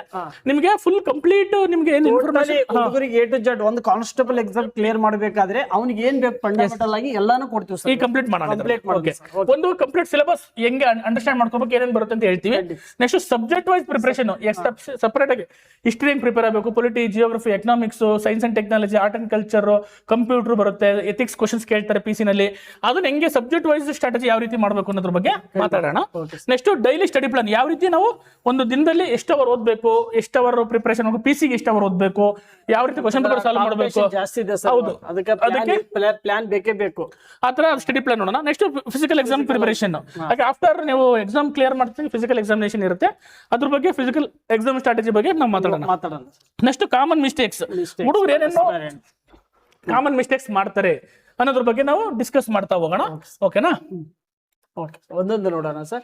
Okay. ಇವಾಗ ಪೊಲೀಸ್ ಕೆಲಸದ ಮಹತ್ವ ಏನ್ ಸರ್? ಈಗ ನೀವು ಡಿಪಾರ್ಟ್ಮೆಂಟ್ ಇರೋದ್ರಿಂದ, ಡಿಪಾರ್ಟ್ಮೆಂಟ್ ಅಲ್ಲಿ 10 ವರ್ಷ ಸರ್ವಿಸ್ ಇರೋದ್ರಿಂದ ನಮ್ಮ ಹುಡುಗರನ್ನು, ಕೆಲದಷ್ಟು ಹುಡುಗರನ್ನು ನಿಮ್ಮ ಡಿಪಾರ್ಟ್ಮೆಂಟ್ ಕರೆಸ್ಕೋಬೇಕಾದ್ರೆ ಅದು ಕೆಲಸದ ಮಹತ್ವ ಏನೇನಿದೆ? ನೋಡಪ್ಪ, ಒಂದು ನನಗೆ ನೀವು ನೀವು ಏನೋ ಹೇಳ್ತೀರ, ನಾನು ದೇಶಕ್ಕೋಗಿ ಸೇವೆ ಸಲ್ಲಿಸಬೇಕು, ಅದು ಇದು ನಾನು ಪ್ರಾಮಾಣಿಕವಾಗಿ ಇರಬೇಕು, ನನ್ಗೆ ಅವೆಲ್ಲ ಕಾನ್ಸೆಪ್ಟ್ ಬಿಡ. ಫಸ್ಟ್ ಏನಂತಂದ್ರೆ ಬೇಗ ಕೆಲಸ ತಗೋಬಹುದು. ಬೇಗ ಕೆಲಸ, ಯಾಕೆಂದ್ರೆ ನಮ್ಮ PC ಪೊಲೀಸ್ ಕಾನ್ಸ್ಟೇಬಲ್ ಇಡೀ ನಮ್ಮ ರಾಜ್ಯ ಸರ್ಕಾರ ಯಾವ್ದೋ ರಿಕ್ರೂಟ್ಮೆಂಟ್ ಅಲ್ಲಿ ಬೇಗ ಕೆಲಸ ಸಿಗ್ಬೇಕಾದ್ರೆ ಅದು ಇದು ಒಂದೇ ಸರ್. ಆಯ್ತಾ? ಅದು ಬೇಗ ಹೆಂಗ್ ಸಿಗುತ್ತೆ ಅಂತಂದ್ರೆ ಬೇಗ ನೋಟಿಫಿಕೇಶನ್ ಆದ್ರೆ ಖಂಡಿತ ಆಗುತ್ತೆ. ನಾನು ಹೇಳ್ತಾ ಇರೋದು ಒಂದು, ಈಗೆಲ್ಲ ನಮ್ಮ PC ಎಕ್ಸಾಮ್ಸ್ಗೆ ಓದೋರು almost all below middle class family. ಖಂಡಿತ ಗೊತ್ತಾಗ್ತಿದೆ. ಅವರೇಜ್ ಫ್ಯಾಮಿಲೀಸ್ ಯಾರು PC ಕಾನ್ಸ್ಟೇಬಲ್ ಓದಲ್ಲ, ಇದು ನನಗೆ ಗೊತ್ತಿರೋ ವಿಚಾರ ಅಲ್ವಾ. ಹಂಗಾಗಿ ಪಾಪ ಅವ್ರಿಗೇನೋ ಒಂದು ಜಾಬ್ ಸಿಕ್ಕಿದ್ರು ಸಾಕಪ್ಪ, ಒಂದು ಕಾನ್ಸ್ಟೇಬಲ್ ಜಾಬ್ ಸಿಕ್ಕಿದ್ರು ಸಾಕು, ಒಂದು 50,000 ಸಂಬಳ ಬಂದ್ರೆ ಅಪ್ಪ ಅಮ್ಮ ನೋಡ್ಕೊಂತೀನಿ, ಅಕ್ಕ ತಂಗಿ ಮದುವೆ ಮಾಡ್ತೀನಿ, ಅಣ್ಣ ಚೆನ್ನಾಗಿ ನೋಡ್ಕೊಂತೀನಿ, ಇನ್ನು ಯಾರನ್ನಾರು ಓದಿಸ್ತೀನಿ ಅನ್ನೋ ಮೆಂಟಾಲಿಟಿ ಇದೆ. ಅದು ಎಸ್ಪೆಷಲಿ ನಮ್ಮ ಉತ್ತರ ಕರ್ನಾಟಕದ ಹುಡುಗರು ಮೈಂಡ್ ಸೆಟ್ ಅಲ್ಲಿ ಏನಾದ್ರು ಒಂದು ಜಾಬ್ ಸಿಕ್ಕಿದ್ರು ಸಾಕಪ್ಪ ಅನ್ನೋ ಹುಡುಗರೆ ಆಲ್ಮೋಸ್ಟ್. ಹಾಗಾಗಿ ಬೇಗ ಕೆಲಸ ಸಿಗುತ್ತೆ ಅನ್ನೋದೊಂದು ಮೇನ್ ಉದ್ದೇಶ. ಅದಕ್ಕೋಸ್ಕರ ನೀವು PC ಓದ್ಬೇಕು. ಎರಡನೇದು, ಒಂದು ಒಳ್ಳೆ ಸ್ಯಾಲರಿ ಇದೆ. ಕಂಪೇರ್ಟಿವ್ ನೀವು ಯಾವುದೇ ಜಾಬ್ ಹೋಲ್ಸ್ಕೊಂಡ್ರು PC ಗೆ FD SD ಅಂದ್ರೆ ಇವಾಗ ನೋಡಿ ಸರ್, 40,000 ರಿಂದ 50,000 ರೂಪಾಯಿ ತಗೋತಾರೆ ಸರ್. ಹೌದು. ಇದು FD ಗೆ ಎಷ್ಟು ಬರುತ್ತೆ sir? FD equal to equal sir. ಆಮೇಲೆ ಅದ್ರ ಜೊತೆಗೆ ನಿಮಗೆ 12+ 1 ತಿಂಗಳು ಸ್ಯಾಲರಿ ಎಕ್ಸ್ಟ್ರಾ. ಸರ್, ಇದು ಸ್ಯಾಲ್ರಿ ಅಂತಂದಾಗ ನೆನಪು ಬಂತು, ಹೆಂಗ್ ಸೌಲಭ್ಯಗಳು ಅದಾವ ಸರ್ ಅಂದ್ರೆ, ನನ್ನ ಫ್ರೆಂಡ್ ಸರ್ ಕಾನ್ಸ್ಟೇಬಲ್ ಅಂತ, ಇಲ್ಲಿ ಅಪೋಲೋ ಹಾಸ್ಪಿಟಲ್ ಅಲ್ಲಿ ಹಾಕಿದಾಗ ಅವ್ರ ಅಪ್ಪಂದು ಸ್ವಲ್ಪ ಆಪರೇಷನ್ ಆಯ್ತು ಸರ್. 6 lakh ಡಿಪಾರ್ಟ್ಮೆಂಟ್ ಅವರು ಕೂಡ ಪೇ ಮಾಡಿದ್ದಾರೆ ಸರ್. 6 lakh ವರೆಗೂ ಡಿಪಾರ್ಟ್ಮೆಂಟ್ ಅವರಿಗೂ, ಅಂದ್ರೆ ಆರೋಗ್ಯ ಭಾಗ್ಯ ಅಂತ ಬರುತ್ತೆ, ಆ ಸ್ಕೀಮ್ ಅಲ್ಲಿ ಆಗುತ್ತೆ. ನೆಕ್ಸ್ಟ್ ಒಂದ್ ಒಳ್ಳೆ ರೆಸ್ಪೆಕ್ಟ್ ಸಿಗುತ್ತೆ. ಮತ್ತೆ ಸರ್ಕಾರದ ಏನು ಪರ್ಮನೆಂಟ್ ಕೆಲಸ ನಿಮ್ಮನ್ನ ತೆಗಿಯಲ್ಲ. ನೀವೇನಾದ್ರೂ ಭ್ರಷ್ಟಾಚಾರ ಮಾಡಿ ಈ ಇಲಾಖೆಯಿಂದ ತೊಲಗಿ ಹೋಗ್ಬೇಕು ಹೊರತು ಅವ್ರೆಂತೂ ಒಂದು ಒಳ್ಳೆ ಕೆಲಸ ಮಾಡ್ಕೊಂಡ್ರೆ ತೆಗಿಯಲ್ಲ. ಮತ್ತೆ ಪ್ರಮೋಷನ್ಸ್ ಈಸಿಯಾಗಿ ನಿಮ್ಗೆ FC ಆಗ್ತೀರಾ, AS up to sub inspector ವರ್ಗು ನೀವು ಸೆಲೆಕ್ಷನ್ ಏನಾಗ್ಬೋದು, ಪ್ರಮೋಷನ್ ಆಗ್ಬೋದು. ಹೈದರಾಬಾದ್ ಕರ್ನಾಟಕದವರಂತೂ ಬೇಗ ಆಗ್ತಾರೆ ನಾನು ನೋಡಿದಂಗೆ. ಯಾಕೆಂದ್ರೆ ಅವ್ರಿಗೆ ಪೋಸ್ಟ್ಗಳು ಅವ್ರಿಗೆ ಸಪರೇಟ್ ಇರೋದ್ರಿಂದ, ಹೈದರಾಬಾದ್ ಕರ್ನಾಟಕ ನೀವೇನಾದ್ರೂ ಇಲ್ಲಿ ಬೆಂಗಳೂರು ನಮ್ಮ ಹುಡುಗರು ಇರೋದ್ರಿಂದ ಬೇಗ ಪ್ರಮೋಷನ್ಸ್ ಆಗುತ್ತೆ. ನೆಕ್ಸ್ಟ್ ಸಮಾಜ ಸೇವೆ ಮಾಡೋ ಅವಕಾಶ ಇದು ನಿಮ್ಗೆ ಬಿಟ್ಟಿದ್ದು. ನೀವು ಯಾವ ರೀತಿ ಸಮಾಜ ಸೇವೆ ಮಾಡ್ತಿರೋ ಬಿಡ್ತಿರೋ ಅದು ನಿಮಗೆ ಬಿಟ್ಟಿದ್ದು. ಓಕೆನಾ? ಓಕೆ, ಈಗ ಪ್ರೋಸೆಸ್ ನಾವು ಹೇಳಿದ್ವಿ. ಸೆಲೆಕ್ಷನ್ ಪ್ರೋಸೆಸ್, ರಿಟರ್ನ್ ಎಕ್ಸಾಮಿನೇಷನ್ ಇರುತ್ತೆ. ಇದು ಎಷ್ಟು ಮಾರ್ಕ್ಸ್ ಇರುತ್ತೆ? 100 ಮಾರ್ಕ್ಸ್ ಇರುತ್ತೆ. ಆಯ್ತಾ? ನೆಕ್ಸ್ಟ್ ಫಿಸಿಕಲ್ ಎಕ್ಸಾಮಿನೇಷನ್, ಇದಕ್ಕೆ ಸಪರೇಟ್ ನಾವು ಹೇಳ್ತೀವಿ ಬಂದಾಗ. ನೆಕ್ಸ್ಟ್ ಇದರಲ್ಲಿ ಫಿಸಿಕಲ್ ಎಕ್ಸಾಮಿನೇಷನ್ ಏನೋ ಫಿಸಿಕಲ್ ಸ್ಟ್ಯಾಂಡರ್ಡ್ ಟೆಸ್ಟ್ ಅಂತ ಕರೀತಾರೆ. ಅದಾದ್ಮೇಲೆ ಡಾಕ್ಯುಮೆಂಟ್ ಅಂದ್ರೆ ಹೈಟ್, ವೆಯ್ಟ್, ರನ್ನಿಂಗ್ ಎಲ್ಲ ಚೆಕ್ ಮಾಡೋದು, ಅದ್ರ ಬಗ್ಗೆ ಹೇಳ್ತೀವಿ. ಮತ್ತೆ ಡಾಕ್ಯುಮೆಂಟ್ ವೆರಿಫಿಕೇಶನ್ ಇರುತ್ತೆ. ಮತ್ತೆ ಫೈನಲ್ ಮೆರಿಟ್ ಲಿಸ್ಟ್ ಬಿಡ್ತಾರೆ. ಇಷ್ಟು ಪ್ರೋಸೆಸ್ ನ ನೀವು ಇಷ್ಟೆಲ್ಲ ಕ್ವಾಲಿಫೈಡ್ ಆದ್ಮೇಲೆ ಅವನು ಡ್ಯೂಟಿ ಜಾಯ್ನ್ ಆಗ್ಬೇಕು. ಹೌದು. ಓಕೆ, ನೆಕ್ಸ್ಟ್ ಈಗ ಪೊಲೀಸ್ ಕಾನ್ಸ್ಟೇಬಲ್ ಗೆ ರಿಟರ್ನ್ ಎಕ್ಸಾಮ್ ಬಗ್ಗೆ ಸರ್ ತುಂಬಾ ಚೆನ್ನಾಗಿ ನಮ್ಮ ಹುಡುಗರಿಗೆ ಅರ್ಥ ಆದಂಗೆ, ಒಬ್ಬ ಬೇಸಿಕ್ ನಾಲೆಜ್ ಇದ್ದ ಒಬ್ಬ ವಿದ್ಯಾರ್ಥಿ ನಿಮ್ಮ ಕ್ಲಾಸ್ ಕೇಳಿದ ನಂತರ ಒಂದು ಕಾನ್ಫಿಡೆಂಟ್ ಬರಬೇಕು, ಕ್ಲಾರಿಟಿ ಕೊಡಬೇಕು ಸರ್. ಈಗ 100 ಮಾರ್ಕ್ಸ್ ಇಂದ ಒಂದು ಅಂಕ ಇದೆ. ಸೊ ಇದು ಯಾವ ಹಂತದಲ್ಲಿ ಇದಾವೆ ಸರ್ ಎಕ್ಸಾಮ್ಗಳು? ಇದ್ರಲ್ಲಿ ಏನು ಫಸ್ಟ್ ಒಂದೇ ಸ್ಟೇಜ್, ನಿಮ್ಗೆ 2-3 ಸ್ಟೇಜ್ ಅಲ್ಲಿ ಇರಲ್ಲ. ಫಸ್ಟ್ ಸ್ಟೇಜ್ ಇರುತ್ತೆ, ಮಲ್ಟಿಪಲ್ ಚಾಯ್ಸ್ ಕ್ವಶನ್ಸ್ ಇರುತ್ತೆ, MCQ ಕ್ವಶನ್ಸ್ ಇರುತ್ತೆ, 90 ಮಿನಿಟ್ಸ್ ಇರುತ್ತೆ. ಗೊತ್ತಾಗ್ತಿದೆ? 90 ನಿಮಿಷ ಇರುತ್ತೆ. ನೀವು ಅರ್ಥ ಮಾಡ್ಕೊಳ್ಳಿ, 100 ಕ್ವಶನ್ಸ್, ಅಲ್ಲಿಗೆ 90 ನಿಮಿಷ. ನಿಮ್ಗೆ ಒಂದು ಕ್ವಶನ್ ಗೆ ಸಿಗೋದು 53 ಸೆಕೆಂಡ್. ಅರ್ಥ ಮಾಡ್ಕೊಳ್ಳಿ. ಇದು ಮೆಂಟಲ್ ಎಬಿಲಿಟಿ ಆಗಿರ್ಬೋದು, ಸೈನ್ಸ್ ಆಗಿರ್ಬೋದು, ಹಿಸ್ಟ್ರಿ ಆಗಿರ್ಬೋದು, ಪೊಲಿಟಿಕ್ ಆಗಿರ್ಬೋದು, ಯಾವುದೇ ಕ್ವಶನ್ಸ್ ತಗೊಂಡ್ರು ನಿಮ್ಗೆ ಏನಾಗುತ್ತೆ 52 ಸೆಕೆಂಡ್ ಸಿಗುತ್ತೆ. 52 ಸೆಕೆಂಡ್ ಅಲ್ಲಿ ನೀವು ಆನ್ಸರ್ ಮಾಡ್ಬೇಕಾಗುತ್ತೆ. ಅದಕ್ಕೆ ಸ್ವಲ್ಪ ನಿಮ್ಮ ಸ್ಪೀಡ್ ಅಂದ್ರೆ ಕ್ವಶನ್ ಆನ್ಸರ್ ಮಾಡೋ ಸ್ಪೀಡ್ ಚೆನ್ನಾಗಿರ್ಬೇಕು. ಮತ್ತೆ ಅಕ್ಯುರೇಸಿ ಇರ್ಬೇಕು. ಅಂದ್ರೆ ಅಕ್ಯುರೇಸಿ ಅಂದ್ರೆ ಈಗ ನೀವು 100 ಕ್ವಶನ್ ಅಟೆಂಡ್ ಮಾಡಿದ್ರೆ ಅಟ್ಲೀಸ್ಟ್ 80 ರಿಂದ 90 ಕ್ವಶನ್ಸ್ ರೈಟ್ ಆಗ್ಬೇಕು ನೀವು. ಆಮೇಲೆ ಇನ್ನೊಂದು, ನನ್ನ ಪ್ರಕಾರ 95 ಮೇಲೆ ಅಟೆಂಡ್ ಮಾಡ್ಲೇಬೇಕು. ಏನೇ ಟಫ್ ನೆಗೆಟಿವ್ ಇರುತ್ತೆ, ನೆಗೆಟಿವ್ ಇದ್ರೂ ನೀವು 95 ಕ್ವಶನ್ಸ್ ಅಟೆಂಡ್ ಮಾಡ್ಲೇಬೇಕು. ಗೊತ್ತಾಗ್ತಿದ್ಯಾ? ಹಾಗಾಗಿ ಇದನ್ನ ಅರ್ಥ ಮಾಡಿ. ಎಕ್ಸಾಮ್ ಬಗ್ಗೆ ನೋಡೋಣ ಸರ್. ಇವಾಗ ಈಗ ನೋಡಿ ಸರ್, ಪೊಲೀಸ್ ಕಾನ್ಸ್ಟೇಬಲ್ ಎಕ್ಸಾಮ್ ಗೆ 100 ಕ್ವಶನ್ಸ್ 100 ಮಾರ್ಕ್ಸ್ ಇರುತ್ತಲ್ಲ ಸರ್. ಈಗ 100 ಮಾರ್ಕ್ಸ್ ಇರುವುದರಿಂದ, ಈ 100 ಮಾರ್ಕ್ಸ್ ಇಂದ ಒಂದು ಕ್ವಶನ್ಸ್ ಇರುವುದರಿಂದ ಇಷ್ಟೊಂದು ಸಿಲೆಬಸ್ ಒಳಗೊಂಡಿದೆ ಸರ್. ಬಟ್ ಹುಡುಗರನ್ನು ಕಡಿಮೆ ಸಮಯ ಇರೋದ್ರಲ್ಲಿ ಕಾನ್ಫಿಡೆಂಟ್ ಅನ್ನು ಇಷ್ಟೊಂದು ಸಿಲೆಬಸ್ ಕಂಪ್ಲೀಟ್ ಆಗಿ ಹೆಂಗ್ ಮುಗಿಸ್ಬೇಕು ಸರ್? ಮತ್ತೆ ಯಾವ ತರ ಹುಡುಗರು ಈ ಸಿಲೆಬಸ್ ಮುಗಿಸೋದ್ರಿಂದ ಎಕ್ಸಾಮ್ ಅಲ್ಲಿ ಒಂದು 80-85 ಸ್ಕೋರ್ ಮಾಡಬಹುದು ಅಂತ? ಈಗ ನೋಡಿ, ನಿಮ್ಗೆ ಇಷ್ಟು history, geography, Indian constitution, economics, science and technology, science, applied science, current affairs, ಜೊತೆ mental ability, environment, Kannada, literature, computer, art and culture, police information, ethics, ಇಷ್ಟು ಸಬ್ಜೆಕ್ಟ್ಸ್ ಬರ್ತವೆ. ಇಷ್ಟು ಸಬ್ಜೆಕ್ಟ್ಸ್ ಕವರ್ ಮಾಡ್ತಾರೆ ಅಲ್ವಾ? ಆದ್ರೆ ಜಾಸ್ತಿ ಮೇಜರ್ ಸಬ್ಜೆಕ್ಟ್ಸ್ ಮಾಡೋದು 10 ರಿಂದ 15 ಕ್ವಶನ್ಸ್ ಹಿಸ್ಟ್ರಿನಲ್ಲಿ ಕವರ್ ಆಗುತ್ತೆ, ಜಿಯೋಗ್ರಫಿನಲ್ಲಿ 10 ರಿಂದ 15 ಕ್ವಶನ್ಸ್ ಕವರ್ ಆಗುತ್ತೆ, ಇಂಡಿಯನ್ ಇದರಲ್ಲೂ 10 ರಿಂದ 15 ಕ್ವಶನ್ಸ್ ಕವರ್ ಆಗುತ್ತೆ. ಮತ್ತೆ ಎಕನಾಮಿಕ್ಸ್ ಅಲ್ಲಿ ಒಂದು 5 to 10 ಕ್ವಶನ್ಸ್ ಮ್ಯಾಕ್ಸಿಮಮ್. ಸೈನ್ಸ್ ಅಲ್ಲೂ ಅಷ್ಟೇ 10 ರಿಂದ 15 ಕ್ವಶನ್ಸ್ ಕವರ್ ಆಗುತ್ತೆ, ಗೊತ್ತಾಯ್ತಾ. ಅಪ್ಲೈಡ್ ಸೈನ್ಸ್ ಅಲ್ಲಿ 1, 6 ಅಥವಾ 2 ಬರ್ಬೋದು. ಕರೆಂಟ್ ಅಫೇರ್ಸ್ 10 ರಿಂದ 15 ಕ್ವಶನ್ಸ್ ಕವರ್ ಆಗುತ್ತೆ. ನೆಕ್ಸ್ಟ್ ಮೆಂಟಲ್ ಎಬಿಲಿಟಿ ಅಷ್ಟೇ 10 ರಿಂದ 15 ಕ್ವಶನ್ಸ್ ಕವರ್ ಆಗುತ್ತೆ. ಇನ್ನು ಎನ್ವೈರನ್ಮೆಂಟಲ್ 5 ರಿಂದ 6 ಕ್ವಶನ್ಸ್ ಅಥವಾ ಸೈನ್ಸ್ ಅಲ್ಲೇ ಬರ್ಬೋದು. ಇದು ಜಿಯೋಗ್ರಫಿ ಇರ್ಬೋದು, ಬಟ್ ಇದು ಎನ್ವೈರನ್ಮೆಂಟ್ ಜಿಯೋಗ್ರಫಿ ರಿಲೇಟೆಡ್ ಇರುತ್ತೆ, ಸೈನ್ಸ್ ಮೇಲೆ ಕೊಡ್ತಾ ಹಂಗಾಗಿ ಇಷ್ಟೇ ಅಂತ ಹೇಳಕ್ಕಾಗಲ್ಲ. ಕನ್ನಡ ಲಿಟರೇಚರ್ 1 or 2 ಅಂದ್ರೆ ಕನ್ನಡ ರಿಲೇಟೆಡ್. ನೆಕ್ಸ್ಟ್ ಕಂಪ್ಯೂಟರ್ ಅಷ್ಟೇ 1 or 2 ಕ್ವಶನ್ಸ್ ಬರ್ಬೋದು. ನೆಕ್ಸ್ಟ್ ಆರ್ಟ್ ಅಂಡ್ ಕಲ್ಚರ್ ಅಷ್ಟೇ 1 or 2 ಕ್ವಶನ್ಸ್ ಬರ್ಬೋದು. ಮತ್ತೆ ಪೊಲೀಸ್ ಇನ್ಫಾರ್ಮೇಶನ್ ಅಲ್ಲಿ 1 ಕ್ವಶನ್ ಫಿಕ್ಸ್ ಅಥವಾ 2 ಕ್ವಶನ್ ಬರ್ಬೋದು, ಗೊತ್ತಾಗ್ತಿದೆ. ನೆಕ್ಸ್ಟ್ ಎಥಿಕ್ಸ್ ರಿಲೇಟೆಡ್ 1 ಕ್ವಶನ್ ಅಥವಾ 2 ಕ್ವಶನ್ ಖಂಡಿತ ಸರ್. ಈ ರೀತಿ ನಿಮ್ದು ಏನಾಗುತ್ತೆ ಕ್ವಶನ್ಸ್ ಗಳು ಡಿವೈಡ್ ಆಗುತ್ತೆ. ನೀವು ಜಾಸ್ತಿ ನೋಡಿ, ಒಂದೊಂದು ಸಬ್ಜೆಕ್ಟ್ ಜಾಸ್ತಿ ಆಗ್ಬೋದು ಸರ್, ಒಂದೊಂದು ಸಬ್ಜೆಕ್ಟ್ ಅದು ಡಿಪೆಂಡ್ ಅಪಾನ್. ಬಟ್ ಎಕ್ಸಾಮ್ ಬರೆಯುವ ವಿದ್ಯಾರ್ಥಿ ಇಷ್ಟೆಲ್ಲ ನೀವು ಏನಪ್ಪಾ ಅಂದ್ರೆ ಸಂಪೂರ್ಣವಾಗಿ ಓದ್ಕೋಬೇಕು ಸರ್. ಹೌದು, ಕೆಲವೊಂದಷ್ಟು ಹುಡುಗರು ನೋಡ್ತಾ ಇದ್ದೀನಿ ಸರ್. ನಾನು ಎಲ್ಲಾ ಲೈಬ್ರರಿ ನೋಡಿದಾಗ ಇತಿಹಾಸ, ಜಿಯೋಗ್ರಫಿ, ಇಂಡಿಯನ್ ಕಾನ್ಸ್ಟಿಟ್ಯೂಷನ್, ಎಕನಾಮಿಕ್ಸ್, ಬಹಳ ಸ್ವಲ್ಪ ಸೈನ್ಸ್ ಬಿಟ್ರೆ ಚೂರ್ ಇಷ್ಟೇ ಓದ್ತಾರೆ ಸರ್. ಉಳಿಕಿದ್ ಇವು ಎಲ್ಲಾ ಸಬ್ಜೆಕ್ಟ್ ಮೆಂಟಲ್ ಎಬಿಲಿಟಿ ಇವು ಕೋರ್ ಸಬ್ಜೆಕ್ಟ್ ಮಾತ್ರ ಪರ್ಫೆಕ್ಟ್ ಇರ್ತಾರೆ. ಅಂದ್ರೆ ಇವು ನೋಡಿ 10 ಅಂದ್ರೆ 70 ಕ್ವಶನ್ಸ್, ಎವರೇಜ್ 70 ಕ್ವಶನ್ಸ್ ಸಿಲೆಬಸ್ ಅಂದ್ರೆ 70 ಕ್ವಶನ್ಸ್ ಆನ್ಸರ್ ಮಾಡೋಷ್ಟು ಸಿಲೆಬಸ್ ಮುಗಿಸ್ತಾರೆ ಸರ್. 30 ಕ್ವಶನ್ಸ್ ಹುಡುಗರು ಓದಲ್ಲ. 30 ಕ್ವಶನ್ಸ್ ಎಲ್ಲಿ ಬರ್ತಂದ್ರೆ ಸರ್, ಅದು ಅಪ್ಲೈಡ್ ಸೈನ್ಸ್ ಆಗಿರ್ಬೋದು, ಆಮೇಲೆ ಎಕಾಲಜಿ ಆಗಿರ್ಬೋದು, ಕನ್ನಡ ಸಾಹಿತ್ಯ ಆಗಿರ್ಬೋದು, ಕಂಪ್ಯೂಟರ್ ಆಗಿರ್ಬೋದು, ಆರ್ಟ್ ಅಂಡ್ ಕಲ್ಚರ್ ಆಗಿರ್ಬೋದು, ಪೊಲೀಸ್ ಇನ್ಫಾರ್ಮೇಶನ್, ಎಥಿಕ್ಸ್ ಆಗಿರ್ಬೋದು, ಮತ್ತು ಜಿಕೆ ಅಂತ ಬರುತ್ತೆ ಸರ್. ಇವೆಲ್ಲದಕ್ಕರಲ್ಲಿ ಬರುವಂತ ಕ್ವಶನ್ಸ್ ಹುಡುಗರು ಕೈ ಆಡ್ಸಲ್ಲ. ಯಾಕಂದ್ರೆ ಪೊಲೀಸ್ ಡಿಪಾರ್ಟ್ಮೆಂಟ್ ಅಲ್ಲಿ ಹಳಿ ಕ್ವಶನ್ಸ್ ಅನ್ನು ನೋಡಿ ಆಧಾರದ ಮೇಲೆ ನಾ ಹೇಳ್ತಾ ಇದ್ದೀನಿ. ಕರೆಕ್ಟ್. ಇಲ್ಲೇನಾಗುತ್ತೆ, ತುಂಬಾ ವಿದ್ಯಾರ್ಥಿಗಳು ಮಾಡೋ ತಪ್ಪು, ನೀವೇನಾದ್ರೂ ನಾ ಒಂದು ಬರ್ದಿಟ್ಕೊಂಡ್ಬಿಡ್ರಿ, ಈ ಸತಿ ನೀವೇನಾದ್ರೂ PG ಸೆಲೆಕ್ಷನ್ ಆಗ್ಲೇಬೇಕು ಸರ್. ನಾನು ಪಕ್ಕಾ ಖಂಡಿತ ಇದೊಂದು ಫಸ್ಟ್ ಅಟೆಂಪ್ಟ್ ಅಲ್ಲೇ ನಾನು ಕ್ಲಿಯರ್ ಮಾಡ್ಬೇಕು, ಅಥವಾ ನಾನು ತುಂಬಾ ದಿನ ವೇಟ್ ಮಾಡ್ತಿದ್ದೀನಿ, PC ಆಗ್ಲೇಬೇಕು ಸರ್. ಯಾಕಂತಂದ್ರೆ ಇದು 8,000ಕ್ಕಿಂತ ಹೆಚ್ಚು ದೊಡ್ಡ ಉದ್ದೇಶ, ಆಯ್ತಾ. ಅದ್ರಲ್ಲಿ ನೀವೇನ್ ಮಾಡ್ಬೇಕು, ಫಸ್ಟ್ ಸ್ಟ್ರಾಟಜಿ, ನನ್ನ ಸ್ಟ್ರಾಟಜಿ ಹುಡುಗರಿಗೆ ಹೇಳೋದು, ನಾನು ಏನ್ ಮಾಡ್ತೀನಿ ಅಂತಾರೆ ನೋಡಿ, ಎಲ್ಲರನ್ನು ಯಾರೇ ಒಬ್ಬ PUC ಪಾಸ್ ಆದ ವಿದ್ಯಾರ್ಥಿಗೆ ಏನಾಗುತ್ತೆ, ನಿಮ್ಗೆ ಏನ್ ಮಾಡ್ತಾರೆ, ಸ್ಟಾರ್ಟಿಂಗ್ ಬರ್ತಿದ್ದಂಗೆ ಏನ್ ಮಾಡ್ತಾರೆ ಅವರು, ಜಾಸ್ತಿ ಹಿಸ್ಟ್ರಿ ಮೇಲೆ ಫೋಕಸ್ ರೈಟ್ ತಪ್ಪು ಮಾಡೋದು, ಇಂಡಿಯನ್ ಕಾನ್ಸ್ಟಿಟ್ಯೂಷನ್ ಮೇಲೆ ಫೋಕಸ್ ಮಾಡ್ತಾರೆ, ಗೊತ್ತಾಗ್ತಿದ್ಯಾ. ಮತ್ತೆ ಆಮೇಲೆ ಪೊಲಿಟಿ ಓದೋದು, ಜಿಯೋಗ್ರಫಿ ಓದೋಕೆ ಸ್ಟಾರ್ಟ್ ಮಾಡ್ತಾರೆ, ಎಕನಾಮಿಕ್ಸ್ ಆಮೇಲೆ ಸ್ಟಾರ್ಟ್ ಮಾಡ್ತಾರೆ, ಸೈನ್ಸ್, ಮೆಂಟಲ್ ಎಬಿಲಿಟಿ, ಎನ್ವೈರನ್ಮೆಂಟ್ ಇವನ್ನ ತುಂಬಾ ನೆಗ್ಲೆಕ್ಟ್ ಮಾಡ್ತಾರೆ. ನಾನು ಹೇಳ್ತೀನಿ ಯಾವ ಸಬ್ಜೆಕ್ಟ್ ಆದ್ಯತೆ ಕೊಡಬೇಕು ಸರ್. ತುಂಬಾ ವಿದ್ಯಾರ್ಥಿಗಳು ಏನ್ ಹೇಳೋದು ಅಂತಂದ್ರೆ, ಫಸ್ಟ್ ನೀವೇನೋ ಚೆನ್ನಾಗಿ ಇದ್ ಮಾಡ್ಬೇಕು ಅಂದ್ರೆ ಫಸ್ಟ್ ನೀವು ಮೆಂಟಲ್ ಎಬಿಲಿಟಿನ ಪರ್ಫೆಕ್ಟ್ ಆಗಿ. ಯಾಕೆ ಅಂತ ಕೇಳ್ತೀನಿ, ಯಾಕೆಂದ್ರೆ ಮೆಂಟಲ್ ಎಬಿಲಿಟಿ ಕ್ವಶನ್ಸ್ ನೀವ್ ಏನ್ ಮಾಡ್ತಾರೆ, ಯೂಶಲಿ PC ಎಕ್ಸಾಮ್ಸ್ ಅಲ್ಲಿ ನೀವು ಲಾಸ್ಟಿಗೆ ಮಾಡೋಣ ಅಂತ ಇಟ್ಕೊಂತೀರಾ. ಲಾಸ್ಟಿಗೆ ಮಾಡೋಣ ಅಂತ ಇಟ್ಕೊಂಡ್ಬಿಟ್ಟು ಎಕ್ಸಾಮ್ಸ್ ಅಲ್ಲಿ 10 ರಿಂದ 15 ಕ್ವಶನ್ಸ್ ಕೊಟ್ಟಿರ್ತಾರೆ. 10 ರಿಂದ 15 ಕ್ವಶನ್ಸ್ ನೀವು ಕಲ್ತಿರ್ತೀರಾ, ಮೆಂಟಲ್ ಎಬಿಲಿಟಿ ಕಲ್ತಿರ್ತೀರಾ, ಬ್ಲಡ್ ರಿಲೇಷನ್, ಆಮೇಲೆ ಕೋಡಿಂಗ್, ತುಂಬಾ ಈಸಿನೇ ಇರುತ್ತೆ. ಬಟ್ ಆದ್ರೆ ಏನಾಗುತ್ತೆ, ನೀವು ಟೆನ್ಷನ್ ಲಾಸ್ಟಿಗೆ 10 ರಿಂದ 15 ನಿಮಿಷ ಇಟ್ಕೊಂಡ್ಬಿಡ್ತೀರಾ. ಅಲ್ಲೇನಾಗುತ್ತೆ, ಈ 15 ಕ್ವಶನ್ಸ್ ಬಿಡ್ಸಕ್ಕೆ ತುಂಬಾ ಕಷ್ಟ ಆಗುತ್ತೆ. ಯಾಕೆ ಕಷ್ಟ ಆಗುತ್ತೆ ಅಂದ್ರೆ, ಒಂದು ನೀವು ಪ್ರಾಕ್ಟೀಸ್ ಮಾಡಿರಲ್ಲ, ತುಂಬಾ ದಿನ ಪ್ರಾಕ್ಟೀಸ್ ಮಾಡ್ಬೇಕು, ಅಕ್ಯುರಸಿ ಇರಬೇಕು. ಅಕ್ಯುರಸಿ ಅಂತ ನಾನು ಹೇಳ್ತೀನಿ, ನಾನು 10 question mental ability question attend ಮಾಡಿದ್ರೆ ಅಟ್ಲೀಸ್ಟ್ 9 ರೈಟ್ ಆಗ್ಬೇಕು ನಿಮ್ದು.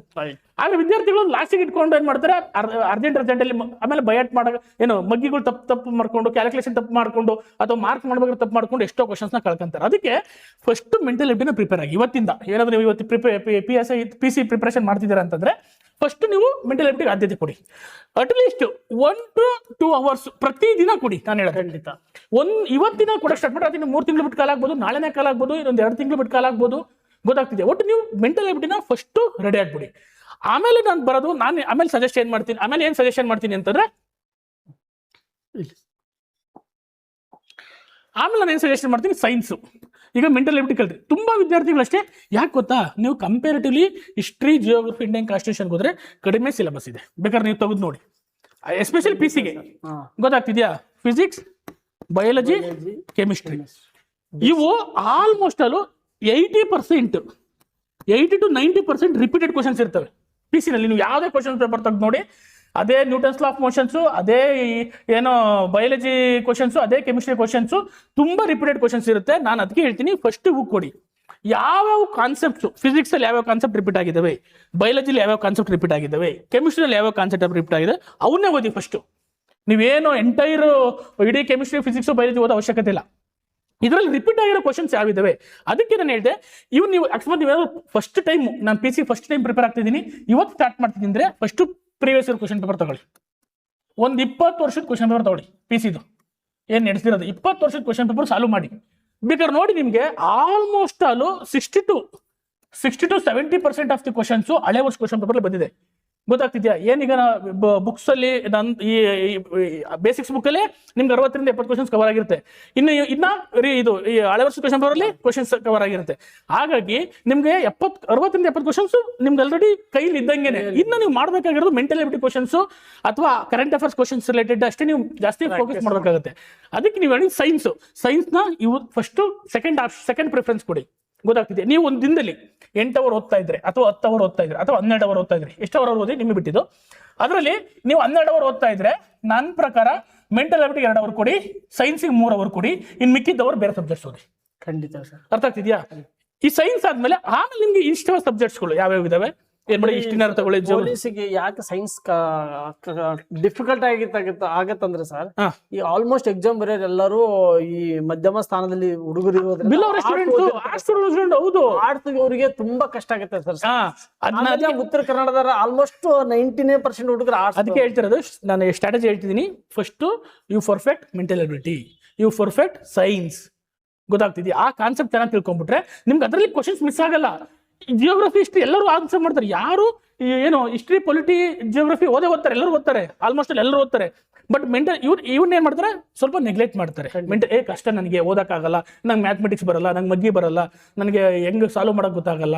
ಇವತ್ತಿಂದ ನೀವು daily 2 hour mental ability solve ಮಾಡ್ತಾ ಬಂದ್ರೆ ನೀವು ಎಷ್ಟೋ ಕವರ್ ಮಾಡ್ಬೋದು. ಅದಾದ್ಮೇಲೆ ನೀವೇನ್ ಮಾಡಿ, ಹಿಸ್ಟ್ರಿ ತಗೊಳ್ಳಿ, ಜಿಯೋಗ್ರಫಿ ತಗೊಳ್ಳಿ, ಪೊಲಿಟಿ ತಗೊಳ್ಳಿ, ಇವನ್ನೆಲ್ಲ ಓದ್ಬೇಕಾಗತ್ತೆ.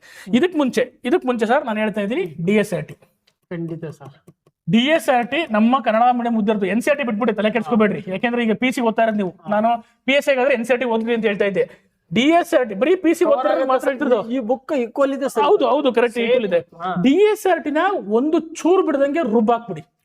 ಒಂದು ಅಕ್ಷರನು ಬಿಡಬಾರ್ದು. ಅಟ್ಲೀಸ್ಟ್ ನೀವು ಒಂದು ಏನು 6th to 12th ವರ್ಗುನು ಯಾವುದೇ ಇವನ್ ಬಿಡದಂಗೆ ಸೈನ್ಸ್ 10th ವರ್ಗು ಓದಿದ್ರು ಸಾಕು. ಇನ್ನ ಹಿಸ್ಟ್ರಿ ಪೊಲಿಟಿ ಜಿಯೋಗ್ರಫಿನ ನೀವು 12th ವರ್ಗು ಓದಬೇಕಾಗತ್ತೆ. 1 ಸತಿ 2 ಸತಿ 3 ಸತಿ ಅಲ್ಲ 5 ಸತಿ ಓದಿದ್ರು ತಪ್ಪಿಲ್ಲ ಈ ಒಂದು DSRT. ಯಾಕೆ ಅಂತ ಹೇಳ್ತಿದ್ದೀನಿ, ನಿಮ್ಗೆ ಹೇಳಿದ 60% of the questions come from basics book. ನಾನೀಗ ಆಲ್ರೆಡಿ ತುಂಬಾ ನಮ್ಮ ಟೆಲಿಗ್ರಾಮ್ ಗ್ರೂಪ್ಗಳೆಲ್ಲ ಆಗ್ತಾ ಇದೀವಿ, ಯಾವ್ಯಾವ ಕ್ವಶನ್ಸ್ ಎಕ್ಸಾಮಲ್ಲಿ ಯಾವ ಕ್ವಶನ್ಸ್ ಎಲ್ಲಿಂದ ಬಂದಿದೆ ಅಂತ. ನೀವು ಬೇಕಾದ್ರೆ ನೋಡಿ, ಅದರಲ್ಲಿ 60 ರಿಂದ 70% ಈ ಒಂದು ಬೇಸಿಕ್ಸ್ ಬುಕ್ ಅಲ್ಲೇ ಬಂದಿರುತ್ತೆ, ಮತ್ತೆ ಪ್ರೀವಿಯಸ್ ಇಯರ್ ಕ್ವಶನ್ ಪೇಪರ್ ಬಂದಿರುತ್ತೆ. ಹಾಗಾಗಿ ಇವನ್ ಓದಿದ್ಮೇಲೆ ನೀವು ಯಾವ ಆಥರ್ ಬುಕ್ ಆದ್ರೂ ಓದ್ಕೊಳ್ಳಿ. ಗೊತ್ತಾಗ್ತಿದ್ಯಾ? ಅದು ಹೇಳ್ತೀವಿ. ಆಮೇಲೆ ಯಾವ ಬುಕ್ಸ್ ಓದ್ಬೇಕು ಅಂತ ನಾವು ನಿಮ್ಗೆ ರೆಫರ್ ಮಾಡ್ತೀವಿ. ಇಷ್ಟು ಸಬ್ಜೆಕ್ಟ್ಸ್, ಪ್ರಮುಖ ವಿಷಯಗಳನ್ನ ನೀವು ಓದ್ಬೇಕಾಗಿರೋದು. ಹೌದಾ ಸರ್? ಸರ್ ನೋಡಿ, ಇವಾಗ ನೋಡಿ ಆತ್ಮೀಯ ವಿದ್ಯಾರ್ಥಿಗಳೇ, ನೀವು ಏನಾದ್ರೂ ಎಕ್ಸಾಮ್ ಅನ್ನು ಕ್ಲಿಯರ್ ಮಾಡಬೇಕಾದ್ರೆ, ಪೊಲೀಸ್ ಕಾನ್ಸ್ಟೇಬಲ್ ಎಕ್ಸಾಮ್ ಅನ್ನು ಪಾಸ್ ಆಗ್ಬೇಕಾದ್ರೆ ತುಂಬಾ ಈಜಿ. ಏನಪ್ಪಾ ಅಂದ್ರೆ ಸರ್ ಹೇಳ್ದಂಗೆ ಫಸ್ಟ್ ಆದ್ಯತೆ ಮೆಂಟಲ್ ಎಬಿಲಿಟಿಗೆ, ಕ್ವಶನ್ ಪೇಪರ್ ಸಾಲ್ವ್ ಮತ್ತು ಕರೆಂಟ್ ಅಫೇರ್ಸ್ ಸರ್. ಇಷ್ಟು ಕೂಡ ಓದ್ಬೇಕು. ಯಾಕಂದ್ರೆ ಕರೆಂಟ್ ಅಫೇರ್ಸ್ ಹುಡುಗರಿಗೆ ಕೂಡ ಬೇಗ ಹತ್ತಲ್ಲ ಸರ್. ಹೌದು, ಕರೆಂಟ್ ಅಫೇರ್ಸ್ ಬಗ್ಗೆ ಕೂಡ ಅತಿ ಹೆಚ್ಚು ನೋಡೋಣ. ಅದು ಕರೆಂಟ್ ಅಫೇರ್ಸ್ ಯಾವ ರೀತಿ ಓದ್ಬೇಕು ಅನ್ನೋದ್ರ ಬಗ್ಗೆ ಹೇಳ್ತೀನಿ, ಯಾವ ಮ್ಯಾಗಝೈನ್ ಓದ್ಬೇಕು ಅನ್ನೋದ್ರ ಬಗ್ಗೆ ನಾವು ಡಿಸ್ಕಸ್ ಮಾಡೋಣ. ಒಟ್ಟು ಇಷ್ಟು ಸಿಲೆಬಸ್ ಇರುತ್ತೆ, ನೀವು ಅಷ್ಟು ಸಿಲೆಬಸ್ ಒಂದು ಕಂಪ್ಲೀಟ್ ಮಾಡಬೇಕು. ನೋಡಿ, ಅದೇ ಈಗ ಅದ್ರ ಬಗ್ಗೆ ನಾವು ಹೇಳಿದ್ವಿ ಆಲ್ರೆಡಿ. ಕ್ವಶನ್ಸ್ ಬರುತ್ತೆ, ನೀವು ಯಾವ್ದಕ್ಕೆ ಜಾಸ್ತಿ ಫೋಕಸ್ ಮಾಡಬೇಕು ಅಂತ ಹೇಳಿದ್ವಿ. ಯಾವ್ದು ಫಸ್ಟ್ ಓದ್ಬೇಕು, ಯಾವ್ದನ್ನ ಸೆಕೆಂಡ್ ಓದ್ಬೇಕು ಅನ್ನೋದ್ರ ಬಗ್ಗೆ ನಾವು ಡಿಸ್ಕಸ್ ಮಾಡಿದ್ವಿ. ನೆಕ್ಸ್ಟ್ ಸರ್, ಇದು ಪೊಲೀಸ್ ಕಾನ್ಸ್ಟೇಬಲ್ ಪರೀಕ್ಷೆಗೆ ಉತ್ತಮ ತಯಾರಿ ಯಾವ ತರ ಇರ್ಬೇಕು ಹುಡುಗರು? ಇವಾಗ ನೋಟಿಫಿಕೇಶನ್ ಆದ್ರೆ ಯಾವ ತರ, ಇಷ್ಟು ದಿನ ಓದಿದ್ ಬೇರೆ ಸರ್, ನೋಟಿಫಿಕೇಶನ್ ಆಗುವ ಸಂದರ್ಭದಲ್ಲಿ ಹೆಂಗ ತಯಾರಿ ಸ್ಟ್ರಾಂಗ್ ಆಗಿರ್ಬೇಕು ಹುಡುಗರು? ನನ್ನ ಪ್ರಕಾರ ಈಗ ಏನಾದ್ರು ನೀವು PC ಎಕ್ಸಾಮ್ಗೆ ರೆಡಿ ಇದ್ದೀರಾ, ಆಯ್ತು, ಈಗ ರೆಡಿ ಇದ್ದೀರಾ ಅಂತಂದ್ರೆ ಅಟ್ಲೀಸ್ಟ್ ನಾನು ಹೇಳ್ದಂಗೆ 3 to 4 ಟೈಮ್ಸ್ ಬೇಸಿಕ್ಸ್ ಬುಕ್ ಓದಿರ್ಬೇಕು. ನಾನು ಇದನ್ನ ಹೇಳ್ತಾ ಇರೋದು ನಿಮ್ಗೆ ಸುಮ್ನೆ ನಾನು ಅಪ್ಲಿಕೇಶನ್ ಹಾಕ್ತೆ, ಎಕ್ಸಾಮ್ ಬರ್ದೆ, ಆಗ್ಲಿಲ್ಲ ಅನ್ನೋರ್ಗಲ್ಲ. ನಾನು ಆಗ್ಲೇಬೇಕು, ಈ ಸತಿ ಕ್ಲಿಯರ್ ಮಾಡ್ಲೇಬೇಕು ಅನ್ನೋರ್ಗೆ ಮಾತ್ರ ಹೇಳ್ತಿದ್ದೀನಿ.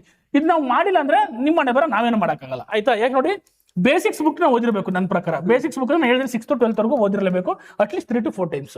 ಅದಾದ್ಮೇಲೆ ಚೆನ್ನಾಗಿ ಮೆಂಟಲ್ ಎಬಿಲಿಟಿನ ಓದಿರ್ಬೇಕು. Current affairs 1 year current affairs ನ ಓದಿರ್ಬೇಕು 12 months. ಅದ್ರ ಜೊತೆಗೆ ನಿಮ್ನ ನೋಟ್ಸ್ ಮಾಡ್ಕೊಂಡಿರ್ಬೇಕು. ಖಂಡಿತ ನಿಮ್ದೇ ಶಾರ್ಟ್ಸ್ ನೋಟ್ಸ್ ಇರಬೇಕು. ಯಾಕೆಂದ್ರೆ ಎಕ್ಸಾಮ್ ಟೈಮಲ್ಲಿ ಇಷ್ಟೆಲ್ಲ ಓದಿರ್ತೀರ, ರಿವಿಷನ್ ತುಂಬಾ ಕಷ್ಟ ಆಗುತ್ತೆ. ಗೊತ್ತಾಗ್ತಿದ್ಯಾ? ರಿವಿಷನ್ ಮಾಡಕ್ ತುಂಬಾ ಕಷ್ಟ ಆಗುತ್ತೆ. ಅದಕ್ಕೆ ನಿಮ್ದೇ ಆದ ಶಾರ್ಟ್ ನೋಟ್ಸ್ ಇರಬೇಕು. ಗೊತ್ತಾಗ್ತಿದ್ಯಾ? ಆಮೇಲೆ ಪ್ರಾಕ್ಟೀಸ್ ಟೆಸ್ಟ್ಗಳು. ಗೊತ್ತಾಗ್ತಿದ್ಯಾ?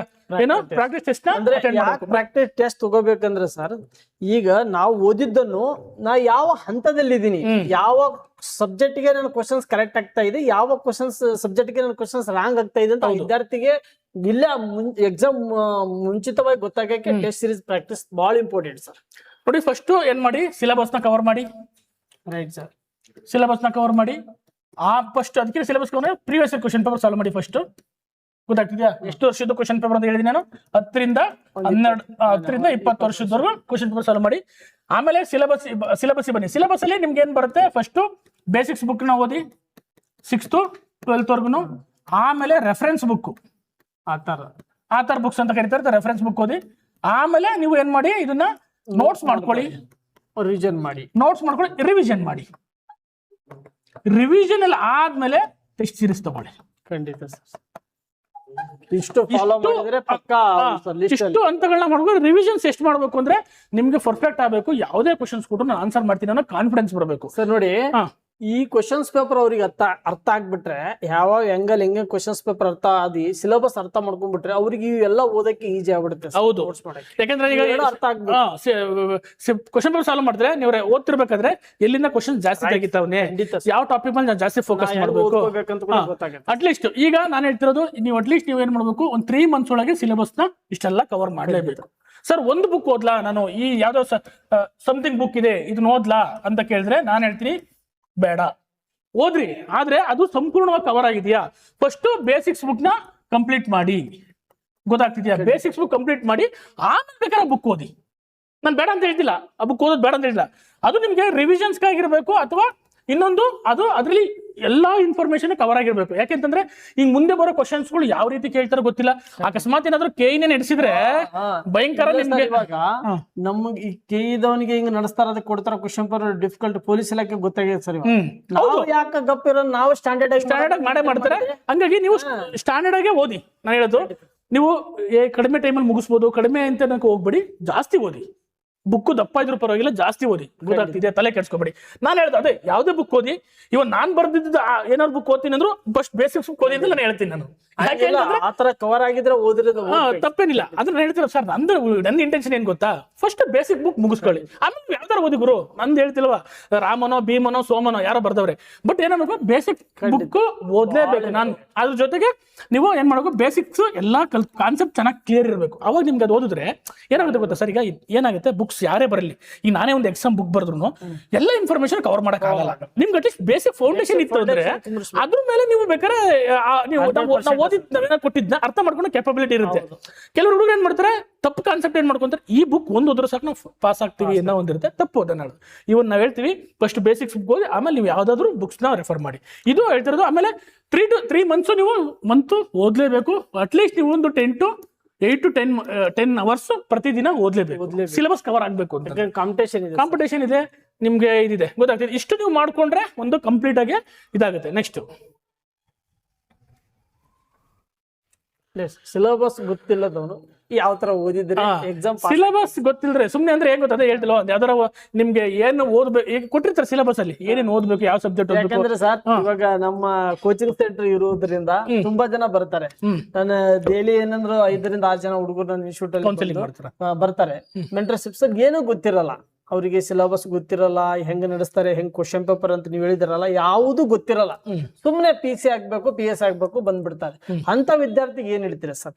ಅದಕ್ಕೆ ಫಸ್ಟ್ ನೋಡಿ ಹೇಳ್ತೀನಿ, ನಾನು ಹೇಳಿದೆ ನಮ್ಗೆ ಯಾವಾಗಲೂ ಯಾಕೆ ಫಸ್ಟ್ ಸಿಲೆಬಸ್ ಮತ್ತೆ ಪ್ರೀವಿಯಸ್ ಇಯರ್ ಕ್ವಶನ್ ಪೇಪರ್ ತಗೋಬೇಕು ಅಂತಂದ್ರೆ, ಆಮೇಲೆ ಪ್ರೀವಿಯಸ್ ಕ್ವಶನ್ ಪೇಪರ್ ನೋಡಿದಾಗ ನಿಮ್ಗೆ ಯಾವ ತರ ತೆಗೆದಿದ್ದೇನೆ ಕ್ವಶನ್ಸ್ ಅಂತ ಗೊತ್ತಾಗುತ್ತೆ. ಸಿಲೆಬಸ್ ಅಲ್ಲಿ ನೋಡಿದಾಗ ನಾನು ಎಷ್ಟು ಓದಬೇಕು, ಎಷ್ಟು ಲೆವೆಲ್ ಓದಬೇಕು, ಯಾವ್ದು ಓದಬಾರ್ದು ಅನ್ನೋದು ಗೊತ್ತಾಗುತ್ತೆ. ಅದಕ್ಕೆ ಹೇಳ್ತಿರೋದು, ನೀವು ಸಿಲೆಬಸ್ ಇಲ್ದೇ ಹೋದ್ರೆ ಟೈಮ್ ವೇಸ್ಟ್ ಮಾಡ್ಕೊಂಡು ಕುತ್ಕೊಂಡಂಗೆ. ಗೊತ್ತಾಗ್ತಿದ್ಯಾ? ಆಮೇಲೆ ಅನಾವಶ್ಯಕವಾಗಿ ಏನೇನೋ ಓದೋದು ಅವಶ್ಯಕತೆ ಇಲ್ಲ. ನಿಮ್ PC ಎಕ್ಸಾಮ್ ಪಾಸ್ ಮಾಡಕ್ಕೆ ಇಲ್ಲ ಸರ್. ಇವಾಗ ಇದ್ರ ಬಗ್ಗೆ ಸರ್, ಈಗ ನೀವು ಓದ್ತಾ ಇರೋದು ಪೊಲೀಸ್ ಕಾನ್ಸ್ಟೇಬಲ್ ಎಕ್ಸಾಮ್, ಹೌದಾ ಸರ್? ನೀವು ಹೋಗಿ ನಾವು ಸದಾಶಿವ ಬುಕ್ಸ್ ಇತಿಹಾಸ ಓದ್ತೀನಿ ಅಂದ್ರೆ ಕಷ್ಟ ಆಗುತ್ತೆ. ಯಾಕಂದ್ರೆ ಇನ್ಫಾರ್ಮೇಶನ್ ಜಾಸ್ತಿ ತಗೋಬಹುದು, ಬಟ್ ಆ ಎಕ್ಸಾಮಿಗೆ ರಿಕ್ವೈರ್ಡ್ ಇಲ್ಲ ಸರ್. ಇಲ್ಲ, ಯಾಕಂತಂದ್ರ ಅದು ಮುಗ್ಸಕ್ಕೆ 1 ತಿಂಗಳು ಬೇಕಾಗುತ್ತೆ. ಹೌದು, ಕರೆಕ್ಟ್. ಅದಕ್ಕೆ ಫಸ್ಟ್ ಸಿಲೆಬಸ್ ಚೆನ್ನಾಗಿ ಓದಿ ಕಂಪ್ಲೀಟ್ ಮಾಡ್ಕೊಳ್ಳಿ. ನಂತರ ಒಂದು ಸ್ಟಡಿ ಪ್ಲಾನ್ ಮಾಡಿ. ಸ್ಟಡಿ ಪ್ಲಾನ್ ಅಂದ್ರೆ ಬನ್ನಿ ಸರಿ, ಒಂದು ಪ್ಲಾನ್ ಮಾಡ್ಕೊಳ್ಳಿ. ಈಗ ನಂದು ಟಾರ್ಗೆಟ್ ಅಂದ್ರೆ ಲೈಕ್ ಎಕ್ಸಾಂಪಲ್, ಇನ್ನೊಂದು 3 months ಬಿಟ್ಟು ನೋಟಿಫಿಕೇಶನ್ ಎಕ್ಸಾಮ್ ನಡೆಯುತ್ತೆ ಅನ್ಕೊಳ್ಳಿ. ಅಲ್ಲಿಗೆ ನಿಮ್ಗೆ ಒಂದು 100 days ಸಿಗುತ್ತೆ. 3 into ಮಾಡ್ಕೊಂಡು 100 days ನ ಪ್ಲಾನ್ ಮಾಡ್ಕೊಳ್ಳಿ. ಕರೆಕ್ಟ್ 100 days ಪ್ಲಾನ್ ಅಂದ್ರೆ ಇವತ್ತ ಏನೇನ್ ಮಾಡ್ಬೇಕು ನಾನು, ಇವತ್ತ 20 ಇಷ್ಟೇ ತಾರೀಕು ಸರ್, ಇವತ್ತು 23, ಇವತ್ತು ಏನ್ ಮಾಡ್ಬೇಕು, 24 ಏನ್ ಮಾಡ್ಬೇಕು, 25 ಏನ್ ಮಾಡ್ಬೇಕು, ಆಮೇಲೆ ಮಾರ್ನಿಂಗ್ 6ರಿಂದ 7 ಮಾಡಬೇಕು, 7ರಿಂದ 8 ಏನು ಮಾಡಬೇಕು, 8ರಿಂದ 9. ಯಾಕೆ ಇದನ್ನ ಪ್ಲಾನ್ ಮಾಡ್ಕೋಬೇಕು ಅಂದ್ರೆ, ಒಂದು ಪ್ಲಾನ್ ಮಾಡ್ಕೊಂಡ್ರೆ ಸಿಲೆಬಸ್ ಕವರ್ ಮಾಡಕ್ಕೆ. ಯಾಕಂದ್ರೆ ನಿಮ್ಗೆ ನೀವು ಸುಮ್ಮನೆ ಇವತ್ತು ಓದಿ ಅಂದ್ಕೊಂಡ್ರೆ ಒಂದು ಪ್ಲಾನ್ ಇರಲ್ಲ, ಒಂದು ಸ್ಟ್ರಾಟಜಿ ಇರಲ್ಲ. ಕಂಪ್ಲೀಟ್ ಎಂಡ್ ನಾನು ಎಲ್ಲಿ ಯಾವಾಗ ಮುಗಿಸ್ಬೇಕು, ಯಾವಾಗ ರಿವಿಷನ್ ಸ್ಟಾರ್ಟ್ ಮಾಡಬೇಕು, ಯಾವಾಗ ಟೆಸ್ಟ್ ಸೀರೀಸ್ ತರಬೇಕು ಅನ್ನೋ ಪ್ಲಾನ್ ಇರಲ್ಲ. ಅದಕ್ಕೆ ಕರೆಕ್ಟ್ 100 days ಪ್ಲಾನ್ ಹಾಕೊಂಡು ನಾನು ಇಷ್ಟನೇ ತಾರೀಕು ಅಂದ್ರೆ ಒಟ್ಟು ಒಂದು 90 ದಿನದೊಳಗೆ ಕಂಪ್ಲೀಟ್ ಸಿಲೆಬಸ್ ಮುಗಿಸ್ಬೇಕು. ನೆಕ್ಸ್ಟ್ ಒಂದು 10 ದಿನ ರಿವಿಷನ್ ಮಾಡಬೇಕು, ಆಮೇಲೆ ನಾನು ಟೆಸ್ಟ್ ಸೀರೀಸ್ ತಗೋಬೇಕು, ಆಮೇಲೆ ಎಕ್ಸಾಮ್ ಅಟೆಂಡ್ ಮಾಡಬೇಕು. ಇದ್ರ ಜೊತೆಗೆ ಏನು ಡೈಲಿ 1 hour ಫಿಸಿಕಲ್ ಮಾಡಬೇಕು.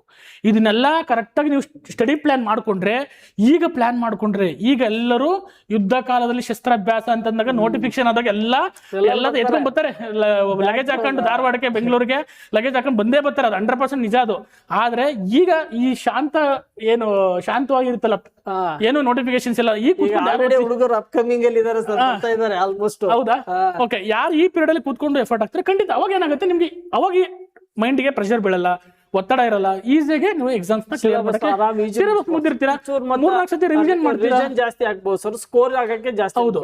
ಅಕಸ್ಮಾತ್ ಇಲ್ಲ ಸರ್ ನಾವು ಮನೇಲಿ ಕಷ್ಟ ಇದೆ, ಓದಕ್ಕಾಗಲ್ಲ, ಬೆಂಗಳೂರಿಗೆ ಧಾರವಾಡಕ್ಕೆ ಬಂದು ಓದಕ್ಕಾಗಲ್ಲ, ಗೊತ್ತು, ನೀವೇನ್ ಮಾಡಿ ಅಂದ್ರೆ ಪಾರ್ಟ್ ಟೈಮ್ ಜಾಬ್ ಮಾಡ್ತಾ ಇದೀರಾ, ಮಾಡಿ, ತೊಂದ್ರೆ ಇಲ್ಲ.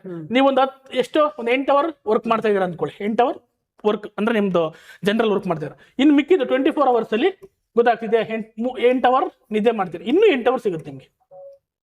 8 hourನ ಕರೆಕ್ಟ್ ಆಗಿ ಯುಟಿಲೈಸ್ ಮಾಡ್ಕೊಳ್ಳಿ. ಖಂಡಿತ ಸರ್. ವರ್ಕ್ ಜಾಬ್ ಮಾಡ್ಕೊಂಡೆ ಅವ್ರಿ ನೋಟಿಫಿಕೇಶನ್ ಆದ್ಮೇಲೆ ಬೇಕಾದ್ರೆ ಬನ್ನಿ, ತೊಂದರೆ ಇಲ್ಲ. ಆದ್ರೆ ವರ್ಕ್ ಮಾಡ್ಬೇಕಾದ್ರೂ ಪ್ಲಾನ್ ಮಾಡ್ಕೊಳ್ಳಿ ನೀಟಾಗೆ.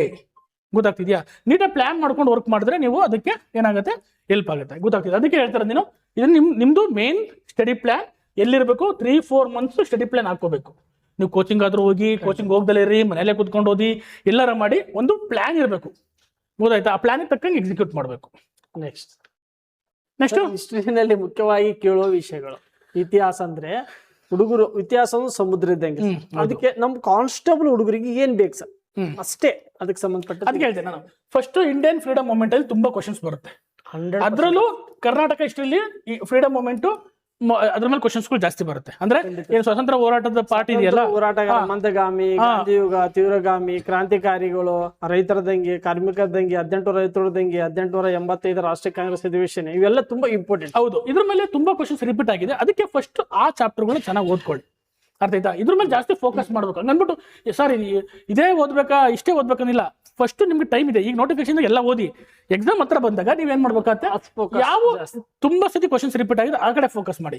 ಮತ್ತೆ Karnataka history very very important. ತುಂಬಾ ಕ್ವಶನ್ಸ್ ಬರುತ್ತೆ, ನಿಮ್ ಕದಂಬರಿಂದ ಹಿಡಿದು ಶಾತವಾಹನರಿಂದ ಹಿಡಿದು ನಿಮ್ಗೆ ಒಂದು ಕರ್ನಾಟಕ ಏಕೀಕರಣ ಬಗ್ಗೆ ಜಾಸ್ತಿ ಕೇಳಿದಾರೆ ಸರ್. ಹೌದು. ಆಮೇಲೆ ವಿಜಯನಗರ ಸಾಮ್ರಾಜ್ಯ, ಬಹುಮನಿ ಸಾಮ್ರಾಜ್ಯ ಬಹಳ ಇಂಪಾರ್ಟೆಂಟ್. ನಾವು ನೆಕ್ಸ್ಟ್ ಏನ್ ಮಾಡ್ತಾ ಹೋಗೋಣ, ಯಾವ ಸಬ್ಜೆಕ್ಟ್ ತಗೊಂಡು ಸಬ್ಜೆಕ್ಟ್ ಏನೇ ಆ ಟಾಪಿಕ್ಸ್ ನೀವು ಮಾಡ್ತಾ ಹೇಳಿದ್ರೆ, ಈ ಸುಮ್ಮನೆ ಒಂದು ಬ್ರೀಫ್ ಐಡಿಯಾ ಏನೇನು ಓದ್ಬೇಕು ಅಂತ ಜನರಿಗೆ. ನೆಕ್ಸ್ಟ್ ಏನ್ಸೆಂಟ್ ಇಂಡಿಯಾದಲ್ಲೂ ಸಹ ಅಷ್ಟೇ, ಹರಪ್ಪ ಮೊಹೆಂಜೋದಾರೋ ಏನೇನು ಇಂಪಾರ್ಟೆಂಟ್ ಇದೆ ಅವನ್ನ, ಮೌರ್ಯರು, ಗೊತ್ತಾಗ್ತಿದ್ಯಾ, ಚೋಳರು, ಪಲ್ಲವರು, ಅವ್ರ ಬಗ್ಗೆ ನೀವು ಓದ್ರಿ. ನೆಕ್ಸ್ಟ್ ಇಂಪಾರ್ಟೆಂಟ್ ಪರ್ಸನಾಲಿಟೀಸ್ ಅಂದ್ರೆ ಭಗತ್ ಸಿಂಗ್, ಚಂದ್ರಶೇಖರ್ ಆಜಾದ್, ಆಮೇಲೆ ನೆಕ್ಸ್ಟ್ ಏನು ಸುಭಾಷ್ ಚಂದ್ರ ಬೋಸ್, ಗಾಂಧೀಜಿ, ರವೀಂದ್ರನಾಥ್ ಟ್ಯಾಗೋರ್, ಇವ್ರ ಮೇಲೆ ಅವ್ರ ಇಂಪಾರ್ಟೆನ್ಸ್ ಏನು, ಎಕ್ಸಾಮ್ಸ್ ಅಲ್ಲಿ ಅವ್ರ ಹಿಂದ್ಗಡೆ ಕೇಳಿರೋ PY ಕ್ವಶನ್ಸ್ಗಳು ಏನೇನು ಕೇಳಿದ್ದಾರೆ ಗೊತ್ತಾಯ್ತು, ಅವನ್ನ ತಿಳ್ಕೊಂಡ್ರೆ ಸಾಕು. ನೆಕ್ಸ್ಟ್ ಬುಕ್ ರೆಕಮೆಂಡೇಶನ್ ನಾನು ಹೇಳಿದೆ, ನೀವು ಹಿಸ್ಟ್ರಿಗೆ ನಾನು ಹೇಳಿದೆ DSRT ಫಸ್ಟ್ ಓದಬೇಕು. ಫಸ್ಟ್ 6th to 10th ವರೆಗೂ ಪ್ಲಸ್ 11th to 12th. ನೀವು 11th ಓದ್ಲಿಲ್ಲ ಅಂದ್ರೂ ಪರವಾಗಿಲ್ಲ ನನ್ನ ಪ್ರಕಾರ, ಯಾಕಂದ್ರೆ 11th ಅಲ್ಲಿ ವರ್ಡ್ ಹಿಸ್ಟ್ರಿ ಇದೆ. ಬಟ್ ವರ್ಡ್ ಹಿಸ್ಟ್ರಿ 1-2 ಕ್ವಶನ್ಸ್ ಬರ್ಬೋದು.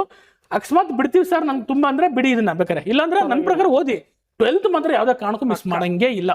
ಅದ್ರ ಜೊತೆಗೆ ಸ್ಟಾರ್ಟ್ ಟು ಎಂಡ್ ವರೆಗೂ ಎನಿ ಗುಡ್ ಆಥರ್ ಬುಕ್ಸ್ ಯಾವ್ದೋ ಹಿಸ್ಟ್ರಿನಲ್ಲಿ ಚೆನ್ನಾಗಿರೋದು, R ಮಂಜುನಾಥ್ ಇದೆ, ಏನು ಮಾರೇಗೌಡರು ಇದೆ, ಇನ್ನೂ ಒಂದು ಬೇಜಾನ್ ಆಥರ್ಸ್ ನಿಮ್ಗೆ ಯಾವ್ದು, ಸದಾಶಿವ ಇದೆ, ಮತ್ತೆ ನಿಮ್ಗೆ ಗುಡ್ ಅನ್ಸುತ್ತೆ, ನಿಮ್ಗೆ ಯಾವ್ದು ಚೆನ್ನಾಗಿದೆ ಅನ್ಸುತ್ತೆ ಅದನ್ನ ಚೆನ್ನಾಗಿ ಓದ್ಕೊಳ್ಳಿ ಅಷ್ಟೇ. ನಾನು ಇದ್ರಲ್ಲಿ ಇದೇ ಓದಿ ಅಂತ ನಾನು ಹೇಳಿದೆ. ಬಟ್ ಅದೇ ನಾನು ಹೇಳೋದು DSRT ಫಸ್ಟ್ ನನ್ನ ಪ್ರಿಫರೆನ್ಸ್.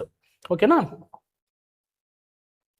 ನೆಕ್ಸ್ಟ್ ಈ ಕಾನ್ಸ್ಟಿಟ್ಯೂಷನ್ ಟಾಪಿಕ್ಸ್ಗಳು ಸರ್ ಏನೇನದಾವ ಮುಖ್ಯ ಇಂಡಿಯನ್ ಕಾನ್ಸ್ಟಿಟ್ಯೂಷನ್ ನೀವ್ ಹೇಳಿ ಸರ್. ಈಗ ಇಂಡಿಯನ್ ಕಾನ್ಸ್ಟಿಟ್ಯೂಷನ್ ಅಂದಾಗ ಸರ್ ಭಾರತ ಸಂವಿಧಾನದಲ್ಲಿ 25 ಪಾರ್ಟ್ಸ್ಗಳು ಮೇನ್ ಗೊತ್ತಿರ್ಬೇಕು. ಹೌದು.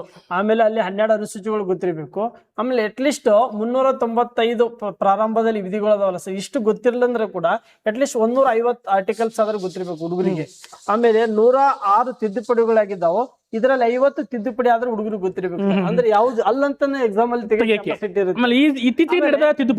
ಆಗಿ ಫಂಡಮೆಂಟಲ್ ಆಗಿ ಗೊತ್ತಿರ್ಬೇಕು ಸರ್ ಅವ್ರಿಗೆ. ಬೇಸಿಕ್ ಆಗಿ ಇಷ್ಟು ಇಷ್ಟು ಅವ್ನಿಗೆ ಗೊತ್ತಿರ್ಬಿಟ್ರೆ ಆಮೇಲೆ ಪ್ರಿಯಂಬಲ್ಸ್ ಓದ್ಲಿ ಅರ್ಥ ಆಗುತ್ತೆ. Fundamental rights, duties, president, parliament, ಜುಡಿಷ್ ಏನೇ ಓದ್ಲಿ ಸರ್, ಇವರಿಗೆ ಕ್ಲಾರಿಟಿ ಇರಬೇಕು. ಯಾವ ಭಾಗ ಓದ್ತಾ ಇದ್ದೀನಿ, ಆ ಭಾಗದಲ್ಲಿ ಯಾವ ವಿಷಯಕ್ಕೆ ಸಂಬಂಧಪಟ್ಟತ್ತೆ, ಅದು ಎಷ್ಟು ಆರ್ಟಿಕಲ್ ಹೇಳುತ್ತೆ, ಅಲ್ಲಿ ಏನೇನು ಫಂಡಮೆಂಟಲ್ ಆಗಿ ಇಂಪಾರ್ಟೆಂಟ್ ವಿಷಯಗಳು ಇದಾವೆ, ಹಿಂದಿನ ಸ್ಪರ್ಧಾತ್ಮಕ ಪರೀಕ್ಷೆಗೆ ಯಾವ್ಯಾವ ಕ್ವಶನ್ಸ್ಗಳು ಕೇಳಿದ್ದಾರೆ, ಅವೆಲ್ಲ ಸಮಗ್ರವಾಗಿ ಅರ್ಥ ಮಾಡ್ಕೊಂಡ್ಬಿಟ್ರೆ ಅವನು ಆಟೋಮೆಟಿಕ್ ಪ್ಲಾಟ್ಫಾರ್ಮ್ ರೂಟ್ ಸಿಗ್ತಾ ಇರುತ್ತೆ ಸರ್. ಆಮೇಲೆ ನೀವು ಅಪ್ ಟು ನೀವು 50 ಆರ್ಟಿಕಲ್ ವರೆಗೂ ನಿಮ್ಗೆ ಬಯಾಟ್ ಆಗಬೇಕು. ನನ್ನ ಪ್ರಕಾರ 50 ಆರ್ಟಿಕಲ್ ವರೆಗೂ ಬಯಳಕ್ ಬರ್ಬೇಕು. ಆಮೇಲೆ ಅದಾದ್ಮೇಲೆ ಇಂಪಾರ್ಟೆಂಟ್ 124 ಅಲ್ವಾ, ಈ ತರದ ತುಂಬಾ ಇಂಪಾರ್ಟೆಂಟ್ ಇರ್ತವೆ. ಆ ತರದ ಒಂದು ನಿಮ್ಗೆ ಗೊತ್ತಿರೋ ಅಟ್ಲೀಸ್ಟ್ ಸರ್ ಹೇಳ್ದಂಗೆ 150 ಆರ್ಟಿಕಲ್ಸ್ ಅದು ನಿಮ್ ತಲೆಯಲ್ಲಿ ಇರಬೇಕು. ಆರ್ಟಿಕಲ್ ನಂಬರ್ ಹೇಳಿದಾಗ ನಿಮ್ಗೆ ಇದು ಅಂತ ಹೇಳಂಗ ಬರಬೇಕು. ಯಾಕಂದ್ರೆ PC ನಲ್ಲಿ ಡೈರೆಕ್ಟ್ ಕ್ವಶನ್ಸ್ ಇರುತ್ತೆ. 124 ಆರ್ಟಿಕಲ್ಸ್, 124 ಸುಪ್ರೀಂ ಕೋರ್ಟ್ ಬಗ್ಗೆ. ಅವ್ನು ಸುಪ್ರೀಂ ಕೋರ್ಟ್ ಅಂದಾಗ ಸುಪ್ರೀಂ ಕೋರ್ಟ್ ಬಗ್ಗೆ ಹೆಂಗೆ ಸುಪ್ರೀಂ ಕೋರ್ಟ್ ಪ್ರಶಸ್ತಿಗಳು ಗೊತ್ತಿರ್ಬೇಕು. ಹೌದು, ಸಲಹೆ ಅಧಿಕಾರ ಅಂದ್ರೆ ಏನು, ರೀಟ್ ಯಾವ ತರ ಇರುತ್ತೆ, ಮೂಲ ಅಧಿಕಾರದ ವ್ಯಾಪ್ತಿ ಅಂದ್ರೆ ಏನು, ನ್ಯಾಯಾಂಗ ವಿಮರ್ಶೆ ಅಂದ್ರೆ ಏನು, ಇವೆಲ್ಲ ಹುಡುಗರಿಗೆ ಹೇಬಿಯಸ್ ಕಾರ್ಪಸ್ ಆಗಿರ್ಲಿ, ಮ್ಯಾಂಡಮಸ್, ಕಾಮನ್ ಆಗಿ ಆ ವಿದ್ಯಾರ್ಥಿಗಳಿಗೆ ತಾನು ಅಂತ ಬರುತ್ತೆ. ಅವನಿಗೆ ಯಾವ ಆರ್ಟಿಕಲ್ಸ್ ನಾನು ಎಲ್ಲಿ ಓದ್ತಾ ಇದ್ದೀನಿ, ಯಾವ ಭಾಗದಲ್ಲಿ ಇದ್ದೀನಿ ಅದು ಕಲ್ಪನೆ ಇರಲಿಲ್ಲ ಅಂದ್ರೆ ಒಳಗಡೆ ಅರ್ಥ ಆಗಲ್ಲ ಸರ್. ಅದಕ್ಕೆ ಈಗ ನೀವು ಇದೆಲ್ಲ ನಾವು ಸಬ್ಜೆಕ್ಟ್ ನ ಪರ್ಟಿಕ್ಯುಲರ್ ಸಬ್ಜೆಕ್ಟ್ ಪಾಠ ಮಾಡ್ಬೇಕಾದ್ರೆ ಹೇಳ್ತೀವಿ. ಅಂದ್ರೆ ಯಾವ ಈ ಪೊಲಿಟಿನೇ ಯಾವ ರೀತಿ ಪ್ರಿಪೇರ್ ಆಗಬೇಕು, ಅದ್ರ ಇಂಪಾರ್ಟೆಂಟ್ ಕ್ವಶನ್ಸ್ ಏನು, ಯಾವ ರೀತಿ previous year question papers sir solve ಮಾಡ್ತಾರೆ.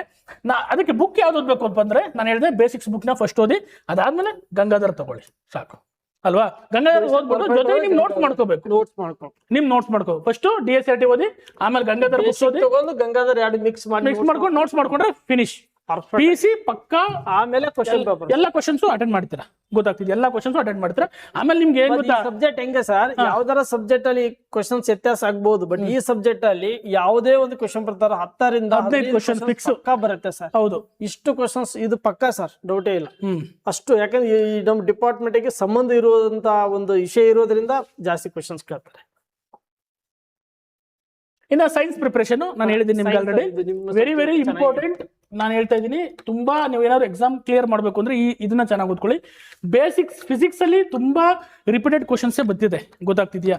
ಲೈಟು, ಸೌಂಡು, ಗೊತ್ತಾಗ್ತದೆ, ಮ್ಯಾಗ್ನೆಟಿಸಮ್, ಗ್ರಾವಿಟೇಷನ್, ಇದ್ರ ಮೇಲೆ ಕ್ವಶನ್ಸ್ಗಳು ಬಂದಿದೆ ಆಲ್ಮೋಸ್ಟ್ ಆಲ್, ಗೊತ್ತಾಗ್ತಿದ್ಯಾ. ನಾನು ಎಷ್ಟು ಸತಿ ರಿಪೀಟೆಡ್ ಕ್ವಶನ್ಸ್ ನೋಡಿದ್ದೀನಿ ಅಂತಂದ್ರೆ, ಇನ್ನು ಗ್ರೂಪ್ ಸಿಗೂ ಸಹ ಎಲ್ಲಿ ಚೇಂಜ್ ಮಾಡಿದ್ರು ಈ ಸೈನ್ಸ್ ಕ್ವಶನ್ಸ್ ಅಲ್ಲಿ ಇನ್ನು ಇತ್ತೀಚೆಗೆ KE ಸ್ವಲ್ಪ ಅಪ್ಗ್ರೇಡ್ ಮಾಡಿ ಕ್ವಶನ್ಸ್ ಕೇಳ್ದ. KPSC ತಗೊಳ್ಳಿ, KSP ತಗೊಳ್ಳಿ, ರಿಪೀಟೆಡ್ ಕ್ವಶನ್ಸ್ ಸೈನ್ಸ್ ಅಲ್ಲಿ ಮಾತ್ರ. ಸೈನ್ಸ್ ಅಲ್ಲಿ 10 ಕ್ವಶನ್ಸ್ ಕೇಳಿದ್ರೆ 10ರಲ್ಲಿ 8 ರಿಪೀಟ್ ಆಗಿರ್ತಿತ್ತು ನಮ್ಮ ಪ್ರಕಾರ. 8 ಬೇಕಾದ್ರೆ ನೀವು ಹಳೆ ವರ್ಷದ ಕ್ವಶನ್ ಪೇಪರ್ ತೆಗೆದು ನೋಡಿ, 8 ಅದಕ್ಕೆ ಯಾವ್ಯಾವ ಈಗ ಆಲ್ರೆಡಿ ಕ್ವಶನ್ಸ್ ಇದೆ ನಿಮ್ಗೆ, ಗೊತ್ತಾಗ್ತಿದ್ಯಾ. ಯಾವ್ಯಾವ ಕ್ವಶನ್ಸ್ ಇದೆ ಅಂದ್ರೆ ಯಾವ್ಯಾವ ಕ್ವಶನ್ಸ್ ಕೇಳಿದರೆ ಆ ಟಾಪಿಕ್ಸ್ ಮೇಲೆ ಅದ್ರ ಸುತ್ತಮುತ್ತ ಓದ್ಕೋಬೇಕು ಎಂದು. ಅದಕ್ಕೆ ಮುಂಚೆ 8th 6th 7th 8th 9th 10th science must and should ಓದ್ಲೇಬೇಕು. ಇವ್ ಓದ್ದಂಗೆ ನೀವು ಓದ್ಲೇಬೇಡ. ಹೌದು, 10th ವರೆಗೂ ನೀವೇನಾದ್ರು ಓದ್ಬಿಟ್ರೆ ನೀವು KPSC ಪ್ರಿಲಿಮ್ಸ್ ಪಾಸ್ ಮಾಡ್ಬೋದು ನನ್ನ ಪ್ರಕಾರ. ತುಂಬಾ ಚೆನ್ನಾಗಿದೆ. ಯಾಕೆ ಅಂತ ಹೇಳ್ತೀನಿ ಕೇಳಿ.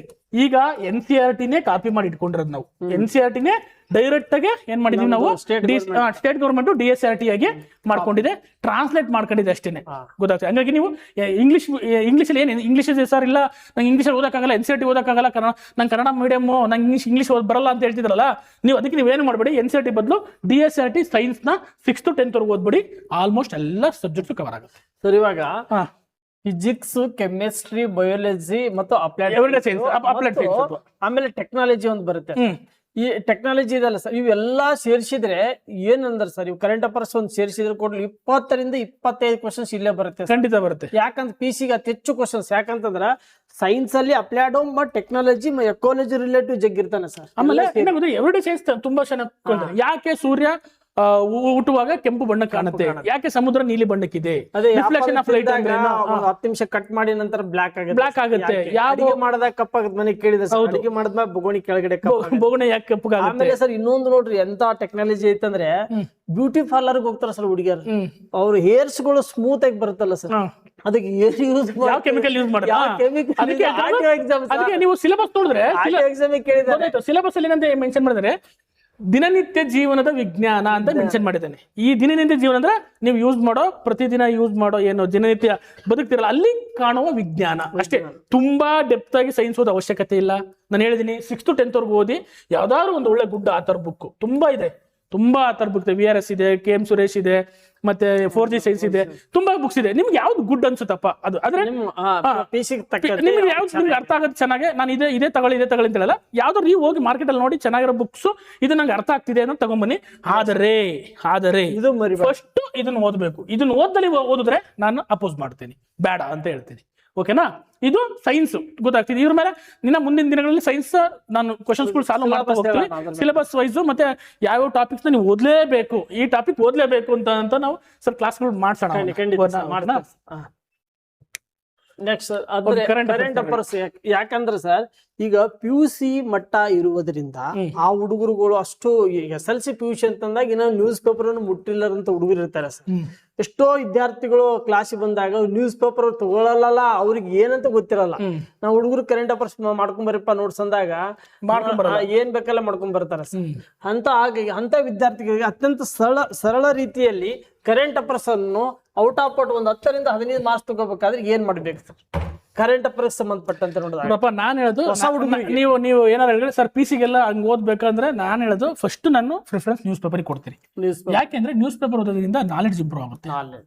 ಅದೇನೇ ಇರ್ಲಿ ಇರ್ಲಿ, ಅದು ಪರ್ಟಿಕ್ಯುಲರ್ ನೀವು ಯಾವ ಎಕ್ಸಾಮ್ ಪ್ರಿಪೇರ್ ಆಗ್ತಿರ್ ಬೇಡ, PC ಎಕ್ಸಾಮ್ಗೆ ಯಾಕೆ ನ್ಯೂಸ್ ಪೇಪರ್ ಓದ್ಬೇಕು ಅಂತ ಹೇಳ್ರಿ. ಎಕ್ಸಾಂಪಲ್, ಈಗ ಇರಾನ್ ಮತ್ತೆ ಇರಾಕ್ ಇದ್ ನಡೀತಾ ಇದೆ, ಏನು ವಾರ್ ನಡೀತಾ ಇದೆ ಅಲ್ವಾ? ಅಲ್ಲಿ ನಮ್ಗೆ ಏನಾಯ್ತು, LPG ಪ್ರಾಬ್ಲಮ್ ಆಯ್ತು ಅಲ್ವಾ? LPG ಪ್ರಾಬ್ಲಮ್ ಆಯ್ತು. ಈ LPG ಪ್ರಾಬ್ಲಮ್ ಆಗ ಕಾರಣ ಏನ್ ಸರ್? ಏನ್ ಮಾಡಿದ್ರು, ಇರಾನ್ ನವರು ಹರ್ಮುಜ್ ಜಲಸಂಧಿ ಮುಖಾಂತರ ನಮ್ಗೆ ಎಲ್ಲ 70% ಆಫ್ ದಿ ನಮ್ಮಲ್ಲಿ ಇದು ಏನು ಬರ್ಬೇಕಿದೆ. ಅಲ್ಲಿ ಈ ಹರ್ಮುಜ್ ಜಲಸಂಧಿ ಅಂತಿದಲ್ಲ ಸರ್, ಯಾಕ ಪ್ರಜಾವಾಣಿ ಪೇಪರ್ ಓದ್ಬೇಕು ಅಂತಂದಾಗ ಚಿತ್ರ ಕೊಟ್ಟಿರ್ತಾರ ಸರ್. ಎಕ್ಸಾಕ್ಟ್ಲಿ. ನಾವು ಕರೆಂಟ್ ಅಫೇರ್ಸ್ ಯಾರ್ದೋ ಒಬ್ರು ಮಾಡಿದ್ದು ಮ್ಯಾಗಝಿನ್ ಅಲ್ಲಿ ಓದಿದ್ರೆ ರೈಟಿಂಗ್ ಅಲ್ಲಿ ಇರುತ್ತೆ, ಡೈಗ್ರಾಮ್ ಇರಲ್ಲ, ಚಿತ್ರಗಳು ಇರಲ್ಲ. ಆಮೇಲೆ ಇದು ದಿನನಿತ್ಯ ಜನರಿಗೆ ಎಚ್ಚರಿಕೆ ಕೊಡುತ್ತೆ. ಇವತ್ತಿನ ಅಪ್ಡೇಟ್ ಪ್ರತಿ ಕ್ಷಣ ನಮ್ಗೆ ಎವ್ರಿ ಮಾರ್ನಿಂಗ್ ಬರೋದ್ರಿಂದ ಮೆಮೊರಿಯಲ್ಲಿ. ಈಗ ನೋಡಿ, ನೀವು ಹರ್ಮುಜ್ ಜಲಸಂಧಿ ಕೇಳಿ ಹರ್ಮುಜ್ ಜಲಸಂಧಿ ಎಲ್ಲಿ ಬರುತ್ತೆ? ಇಲ್ಲಿದೆ, ಗೊತ್ತಾಗ್ತಿದ್ಯಾ? ಆಮೇಲೆ ಅಲ್ಲಿ ಸುತ್ತಮುತ್ತ ಇರಾನ್ ಸುತ್ತಮುತ್ತ ಕಂಡು ಬರುವ ರಾಷ್ಟ್ರಗಳು ಯಾವುವು, ಮತ್ತೆ ಇರಾಕ್ ಸುತ್ತಮುತ್ತ ಕಂಡು ಬರುವ ಅದು ಇರಾನ್ ಯಾಕೆ ಜಗಳ ಆಡ್ತಾವ್ರೆ, ಅದಕ್ಕೆ ಅಮೆರಿಕ ಯಾಕೆ ಸಪೋರ್ಟ್ ಮಾಡ್ತಾ ಇದೆ, ಅಮೆರಿಕಕ್ಕೂ ಇರಾನ್ಗೂ ಯಾಕೆ ಆಗಲ್ಲ, ಇವನ್ನೆಲ್ಲ ಜನರಲ್ ನಾಲೆಡ್ಜ್ ತಿಳ್ಕೊಂಡು ಅದ್ರ ಮೇಲೆ ಕ್ವಶನ್ಸ್ ಬರ್ತವೆ. ಅವಾಗ ಇರಾಕ್ನ ರಾಜಧಾನಿ ಅಂತ ಕೇಳ್ಬಿಡ್ತಾರೆ PC ಗೆ, ಗೊತ್ತಾಗ್ತಿದ್ಯಾ? ಇರಾನ್ನ ರಾಜಧಾನಿ ಅಂತ ಕೇಳ್ಬಿಡ್ತಾರೆ. ಎಷ್ಟೋ ಹುಡುಗರು ಇರಾಕ್ ರಾಜಧಾನಿ ಗೊತ್ತಿಲ್ಲ, ಯಾಕಂದ್ರೆ ಎರಡು ಶಬ್ದಗಳು ಸೇಮ್ ಕೊಡೋದ್ರಿಂದ ಎಕ್ಸಾಮ್ ಕೇಳಿದಾರೆ sir. FD SD KS exam ಕೇಳಿದಾರೆ. ಸುತ್ತಮುತ್ತಲು ಗಡಿಯ ರಾಷ್ಟ್ರಗಳು ಯಾವ್ಯಾವ, ಹೌದು ಪಕ್ಕ ಕೇಳಿದಾರೆ. ಅದಕ್ಕೆ ಹೇಳ್ತಿರೋದು, ನಾನು ನ್ಯೂಸ್ ಪೇಪರ್ ನ ಫಸ್ಟ್ ಪ್ರಿಫರೆನ್ಸ್ ಕೊಡ್ತೀನಿ. ಅದಾದ್ಮೇಲೆ ಒಂದು ಮ್ಯಾಗಝೈನ್ ತಗೊಳ್ಳಿ. ಮ್ಯಾಗಝೈನ್ ಯಾವ್ದಾರ ಗುಡ್ ಯಾವ್ದಾರ ತುಂಬಾ ಒಂದು ಮ್ಯಾಗಝೈನ್ ಸಾಕು. ನಿಮ್ಗೆ ತುಂಬಾ PC ಗೆ ನೀವೇನಾದ್ರೂ KS ಅಥವಾ PSI ಅಂತ ನಾನು ಒಂದೇ ಪರ್ಟಿಕ್ಯುಲರ್ ಇದೇ ಮ್ಯಾಗಝೈನ್ ಓದಿ ಅಂತ ಹೇಳ್ತೀನಿ. ಬಟ್ PC ಗೆ ನೀವು ಯಾವ್ದಾದ್ರು ಮ್ಯಾಗಝೈನ್ ತಗೊಳ್ಳಿ, ತುಂಬಾ ಚೆನ್ನಾಗಿರೋ ಮ್ಯಾಗಝೈನ್, ಸಿಂಪಲ್ ನಿಮ್ಗೆ ಅರ್ಥ ಆಗ್ಬೇಕಷ್ಟೇ. ಆ ಮ್ಯಾಗಝೈನ್ ತಗೊಳ್ಳಿ, ನ್ಯೂಸ್ ಪೇಪರ್ ಓದಿ. ನೀವೇನ್ ಮಾಡಿ, ಡೈಲಿ ಒಂದು ನ್ಯೂಸ್ ಪೇಪರ್ ಓದಿ. ಇವತ್ತು ಏನೇನು ಇಂಪಾರ್ಟೆಂಟ್ ಇಶ್ಯೂಸ್ ಬಂತು ಅದನ್ನ ಬರ್ಕೊಳ್ಳಿ. ಸಬ್ಜೆಕ್ಟ್ ವೈಸ್ ಬರ್ಕೊಂಡ್ರೆ ಇನ್ನೂ ಒಳ್ಳೇದು. ಹೆಂಗೆ ಸಬ್ಜೆಕ್ಟ್ ವೈಸ್ ಅಂದ್ರೆ, ಫಸ್ಟ್ ಹಿಸ್ಟ್ರಿಗೆ ಸಂಬಂಧಪಟ್ಟವು, ಕಾನ್ಸ್ಟಿಟ್ಯೂಷನ್ ಸಂಬಂಧಪಟ್ಟವು, ಅಥವಾ ಸೈನ್ಸಿಗೆ ಸಂಬಂಧಪಟ್ಟವು, ಜಿಯೋಗ್ರಫಿ ಸಂಬಂಧಪಟ್ಟವು, ಇದಕ್ಕೆ ಸಂಬಂಧಪಟ್ಟ ಒಂದು ಪ್ರಶಸ್ತಿಗಳು ಅಥವಾ ಪ್ಲೇಸಸ್ ನ್ಯೂಸ್.